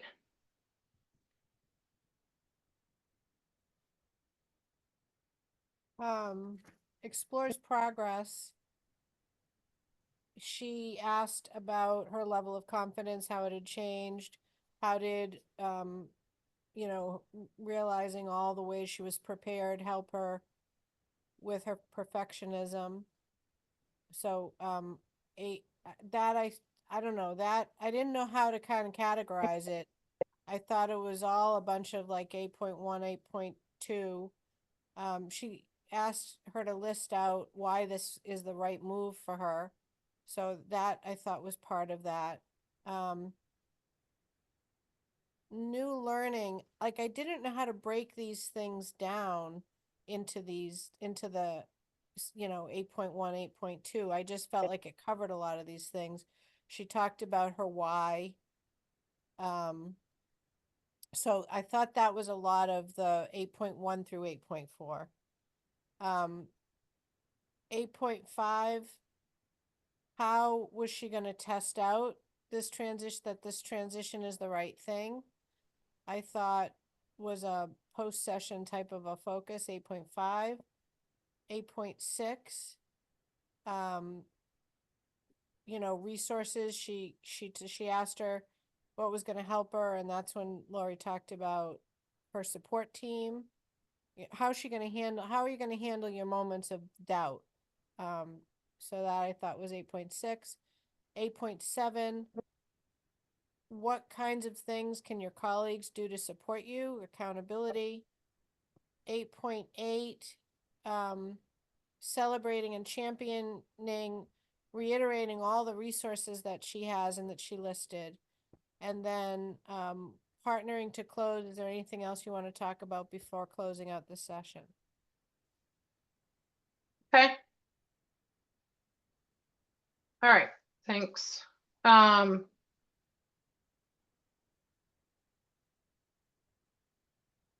I'm gonna go back and start with the beginning and go down. But okay, so we didn't really have a measurement. Remember that an outcome is not a measurement, right? We have to get a measurement to secure this agreement. So in this case, it could be something like, I think Marcy already said this, like, you want to have a list. How many items would be ideal for you to have on that list?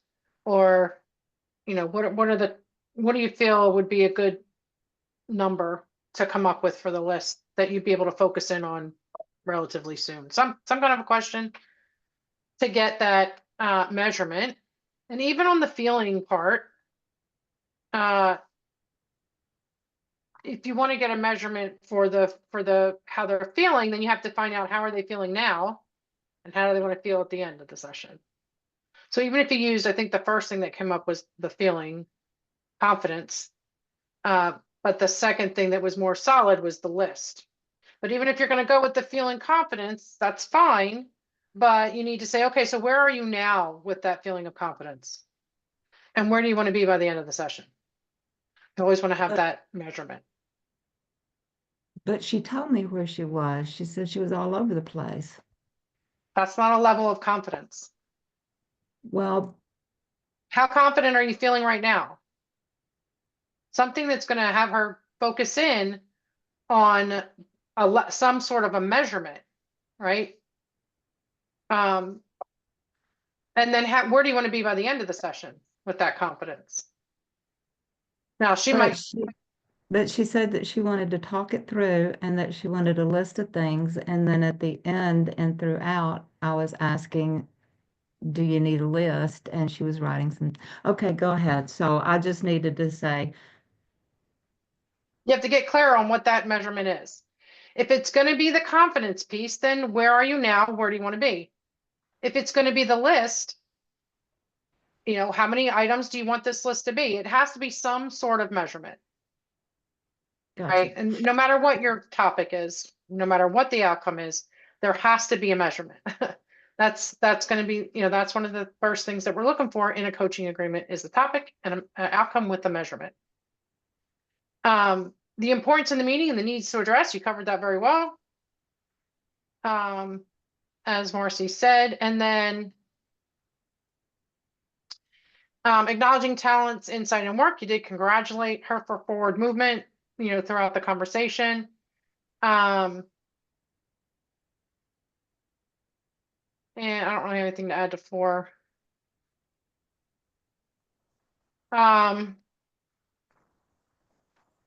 So one of the things I want to talk about is there was where you're curious about the client 5.4. You said, tell me what your vision is in a day in the life. What's it going to look like and what's it going to feel like? So a couple things in there. First of all, this was brought up pretty late in the conversation. That's probably, if you're going to go there, it's probably something you want to ask a little bit earlier, like probably right after the agreement. But it's stacked questions. You have 3 questions in there, right? And there's a couple times that you stacked questions. So I think that's something to work on. Is you know, asking one question at a time. And the tell me, you said that I have it recorded about 7 times. It might have been a little bit more. So the tell me is leading, directive. You don't want to use those words. I don't know what you have to do, but you have to figure out a way not to say tell me. The thing is you'll say, you said like, tell me what your vision is. Just say, what is your vision? You know, don't put the tell Gotcha. me in front of it. Okay. But that's I think that's more of a habit. So you just have to, you know, you have to find a way to break the habit. Thank you. Okay, got it. And then again, a couple times you stacked questions. So making sure that you're asking one question at a time. And the or Yeah, questions too. So will See, your I'm- or question I lived twice. Okay. Well, okay, go ahead. Go ahead. or questions are close-ended questions, right? Because you're giving them a choice. Say that And so again. there or questions are close-ended because you're giving them a choice. So it's leading and it's close-ended because you're saying, which would you rather do? Yada, yada, yada, or yada, yada, yada, right? Well, maybe it's something else. So just ask the question, what would you like to do? And just leave it, right? So we don't have to prescribe, you know, by saying what you know, all the stuff afterwards. Okay. And then the how is your level of confidence now? I liked that question. It was, you know, it explore. So it does go towards 8.1 to explore progress, but because the agreement actually wound up being about the list, or at least that's what was stated, then the exploring progress is more around, why are you shaking your head? Because I said, so what we're looking for is confidence, right? And she said, yes. At first it was a list. I know, but as I talked to what it would mean to you, and then she said confidence, and I said, and she agreed. So did the agreement change Well, from she a said list to she feeling said confident? she said she yeah, at the end she said yes. And she did feel But what confident. I'm asking you is in the agreement, so we're going back to the agreement, right? So whatever the agreement was is what you want to work through. Now, if it changes, again, that's fine, but then you have to refine the agreement. So when I said, so what we're looking for is confidence, and that's why I went more of the emotional side rather than the check and box. And I could have gone and I know you know more than me, okay, but I just want to learn here. And so it wasn't about, we're talking about the travel, the move.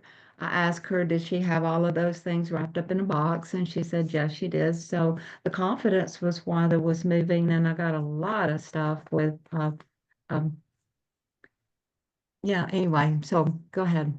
I just thought it was confidence. That's what I thought the coaching agreement was, to have more So, confidence. okay. So again, it's fine if that's what it morphs into, but going back to that agreement, the agreement that I saw and observed was to get a list, right? And again, we didn't have that measurement, but if it's, and then that's the way you led the conversation, was towards the confidence. Everything that you talked about was the emotional side. And I didn't see you really talking too much about the list. You came back to it a couple times, but was the confidence side more beneficial? Was it beneficial for her? Yes. But was that the agreement? So here's the problem. When you have a strong agreement, you have a clear path and there's no doubt, right? You're going on that path. When you don't have a clear agreement, then these things happen, which happened in this session. Like, you're not sure what the agreement was. Was it about confidence? That was mentioned, but was that the actual Sure. agreement? Right? Mhm. And So, I asked her about the list as we went along. So right, but it it was was like it was and secondary. confidence. But Okay. it was Carol? like it was secondary. Can I ask a question? Because I wondered about this. How I heard it, Dean, maybe you got it different, but how I heard it was that the confidence piece came around as Lori was describing what having the list would do for her. And so Right. then it went into the confidence piece. But I'm wondering if at some point, like if Dee or, if we catch ourselves doing that, like, ooh, I'm now focusing more on the emotional part of this. Would it be okay to kind of reframe and Yeah. ask the client then the question? It seems like we're talking more about confidence. Is it okay that we're going this, or would you like to stay with it and give her the choice? Absolutely, because that's the whole point. Is like you can reassess what a coaching agreement is at any point, right? So that was exactly what you said. It was about having this list, and what would that list provide her? Confidence. Is that the topic and the outcome? Is that the coaching agreement? No, that's the result of getting the list. Okay. So we need to focus in on the list, or we need to say, after the first couple of questions, I felt like it was pretty clear that the list really wasn't a priority. Like she knew kind of what was on the list. But even so, you could start with when you said, where do you want to start? And she talked about the first things, the priority. Okay, so then from the priority, we went to the feeling side. You could say, it sounds like we're really moving in the direction of the confidence piece versus the list piece. What are your thoughts on that? Get the client to rename name the thoughts. And then you can, if it sounds like it changed, then you can say it. So it sounds like really the focus today that you would like to, or really what you would like to focus on today is, that making sure that you're confident and building up that confidence in your decision when you leave the company or whatever. So that's part of our job, is to get that clarity and help the client get the clarity and then reflect that back. And again, even with that in place, there was a lot of things that you did great. The open-ended questions, you asked a lot of, we kind of went through the different areas. You asked a lot of the expanding on the who of the person, the emotional side. You gave, a couple summaries that were good, but really just doubling down on making sure you have a strong agreement and that it's clear, and staying focused on that, not leading with the tell me, and asking one question at a time, so not stacking, not the or questions either, and just really having that measurement piece at the beginning. And the one question that I really love that you ask is tell me your big why, but again, you said tell me. But And you I'm still for- saying that you sort of liked it then? No, I mean, it's a good question. Tell me, like, your why. What is your why is a great question, but not tell me what is your why. Gotcha. I gotcha. Heard it. It's in there, coach. All right. Find it in. Okay. All right. Thank you, everyone, for your comments. Thank you. And another great question was getting out of your own way would require what? That was a good question as well. Okay. So questions about the session or the feedback? Anybody else? Can I ask a question about the workbook? Sure. Is the workbook, I didn't see, is it up yet? The homework? No, yeah, the homework workbook. No, I'll get it up this weekend. I was just kind of hoping to take it on my trip with me. That's all. When do you leave? Memorial Day. Oh, yeah. Yeah. It just needs to be branded. So I'll get Jess to do that. If it's tomorrow. not done, it's not done. I mean, don't stress over it. It was just, I mean, the She- assignments are done. So she just needs to brand it. It won't take long. We'll get it up. So I haven't seen any assignments. Does that mean that you haven't been don't have any, or am I just being blind, or? They're in with the lesson. So when you download the workbook, it's in the to-do part. Oh, so when the workbook comes out, we'll have that? No, when you download, I'm sorry, not the workbook. When you download your chapters, Yeah. it's just like it was with the level 1. It has the chapter and then it has the to-do, which is your homework assignment. Okay, I haven't been seeing that. It should be there. Okay, and I somehow can't see the updated list of the schedule. I don't understand that. I'm going to put it in the chat again. Let's do that.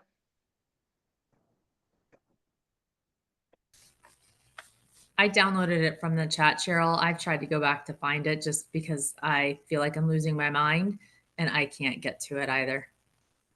Okay. But I could be losing my mind in fairness, which is why I didn't bother you, and I had already downloaded it. We both be. I'm laughing, Marcy, because that's my feelings over here. Always. I yes, over mean, here. so you really should have, just saying, have a folder on your desktop that is for the class and just download everything into it so it doesn't get lost. I don't know. That seems like what I would do.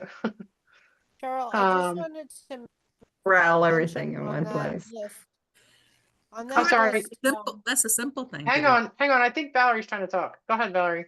I can't hear you very well. You have my last name misspelled, and it's important just because it's in my email. The way it's written in my email is correct. The way it's written before the email is incorrect.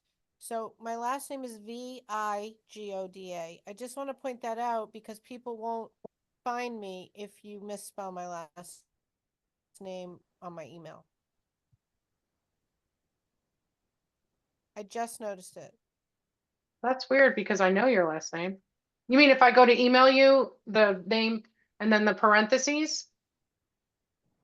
Just in this list that goes with the schedule, that sheet that you have listed here with our contact information, just that my name is misspelled, but my Oh. email is correct. Okay. But the All right. email is right, Valerie, is that right? It's Yes. spelled I see it with a VI, yeah. Okay.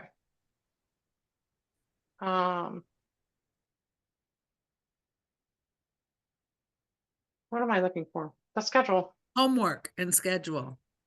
Homework is in the homework is in the chapters, in the looking for the homework. lessons. If you look at the lesson, the homework's in there. I know. Would you quit causing problems? Is there anyone Um, else that can see the homework? Everybody else sees it. It's just me that is not seeing it.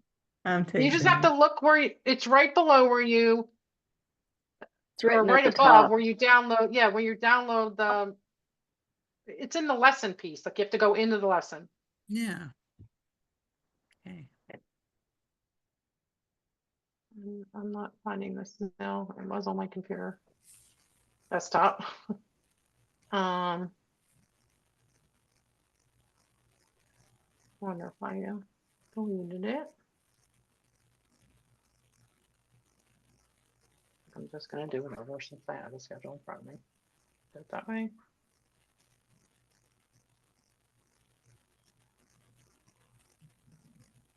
Well, today's the 15th, right? Oh, wait, so we don't even need the first step. We just need the second one.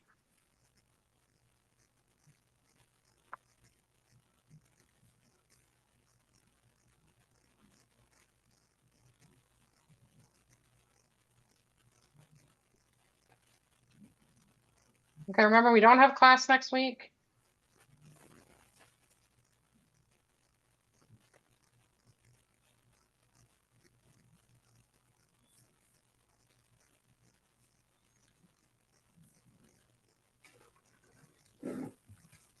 And I'll put the whole peer coaching in there, I think.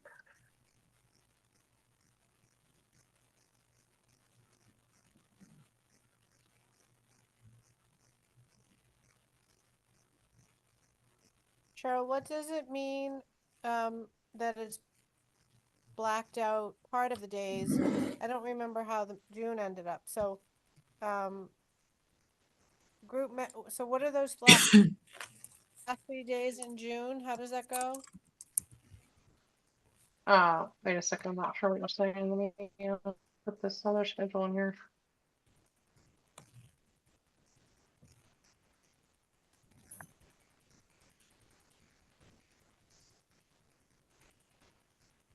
You're asking what the black is? Yeah, is it just that there's no coaching? Yeah, it's just, yeah. It just means there's nothing else in the class. No other coaching sets. So regular class time, it just filled in space. Yes. Okay. Yep. And the final performance evaluation is just is where you're going to go and you're going to break out rooms and record your sessions. Okay. So did everybody get those out of the chat? Thank you. Yeah, thank you. You're welcome. Holly, what's the best way to connect with you to communicate?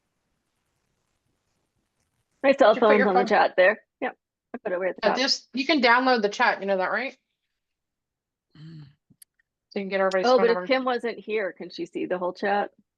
She won't be able to see it before she got here. No. Okay, I will put it in again. Thanks, Holly. Yeah, there you go. This is ongoing, by the way. It goes back to the first class. Or at least for me, it does. I can scroll up to our first class. Oh,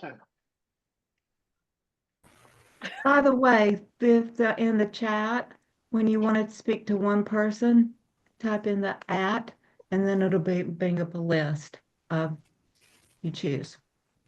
Thank you. I mean, I couldn't imagine that I stopped it from doing that. I don't Yeah. see that. Well- Dee, do you get that when you tap on it? You see everybody's name? I just see Cheryl's name. No, she Okay, said so- you do shift 2, make the @ signal, and then the name list should come up. Ah, Yeah, I just noticed that I was trying to Yeah, text Lori. yeah, Accidentally thanks, text. Dee. I just tried that too, and it does work. So Okay, No, great. I mean, I just figured it out. I was just gonna call, text Lori and tell her she forgot about mentioning this class and everything else. All right. I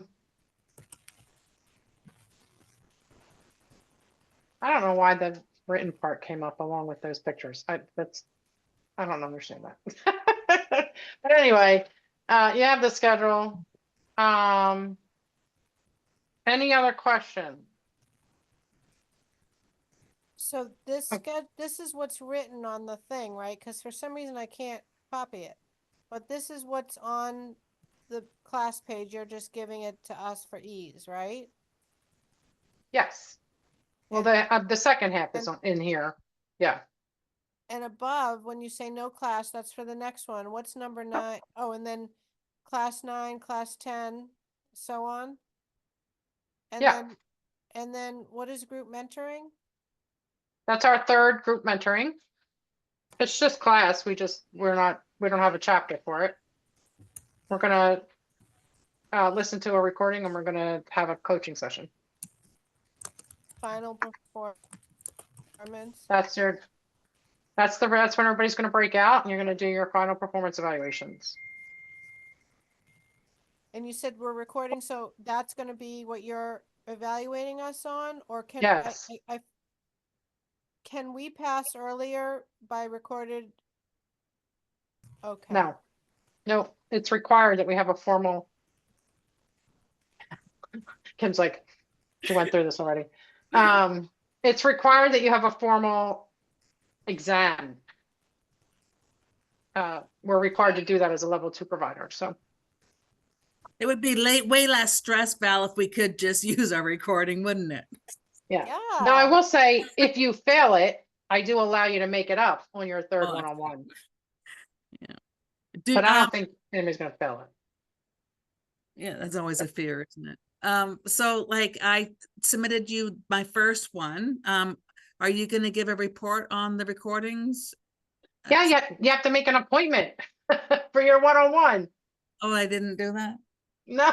I'm You doing did really not. good. Oh my God. Okay, where am I going to make an You're appointment? going to the, I'll message it to you on Facebook. Hey, thank you.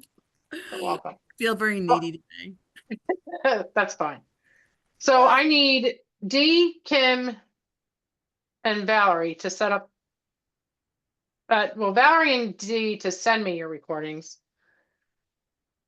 Valerie, Dee, and Kim, and Lori to schedule your one-on-ones. And Scheduled. Cheryl, I imagine we can't, or can we use any of our peer coaching sessions? No. Okay. No. Okay. So Cheryl, remember how I mentioned to you how your times didn't work for me? Remember? I did try. And you were gonna send me some times I that do remember that. I thought I gave you the times. no, okay, now it's in What your was it, 4? Yeah. It had to be after 4, right? ouch. Your time? Yeah, so between Monday to Friday. Monday I have a holiday. This coming Monday. Yeah. Okay, I'll look at my calendar. Okay, thanks. Uh-huh. Okay. Anything else? Yeah, if we're listed, if so, I just want to make sure I understand. For coaching, if we're listed first, we're the coach, and the Yep. second person's the coachee. Is that right? Yep. Yeah, that's right. Okay, sorry. I know it's late in the game to ask these questions, but That's fine. when you have it, like, I don't know. Anyway, thank you. I don't know. I think everybody's tired. It's fine. Tired, yeah, tired. That's fine. Okay, so no class next week, but hopefully I'm meeting with you people that I need to meet with next week. And remember, everybody else, you're supposed to be giving me your second recordings. And have a wonderful week. If you need anything, message me on Facebook or shoot me an email. Okay? Thank you. Bye, everybody. Right. Thank Bye, you. everyone. Bye-bye.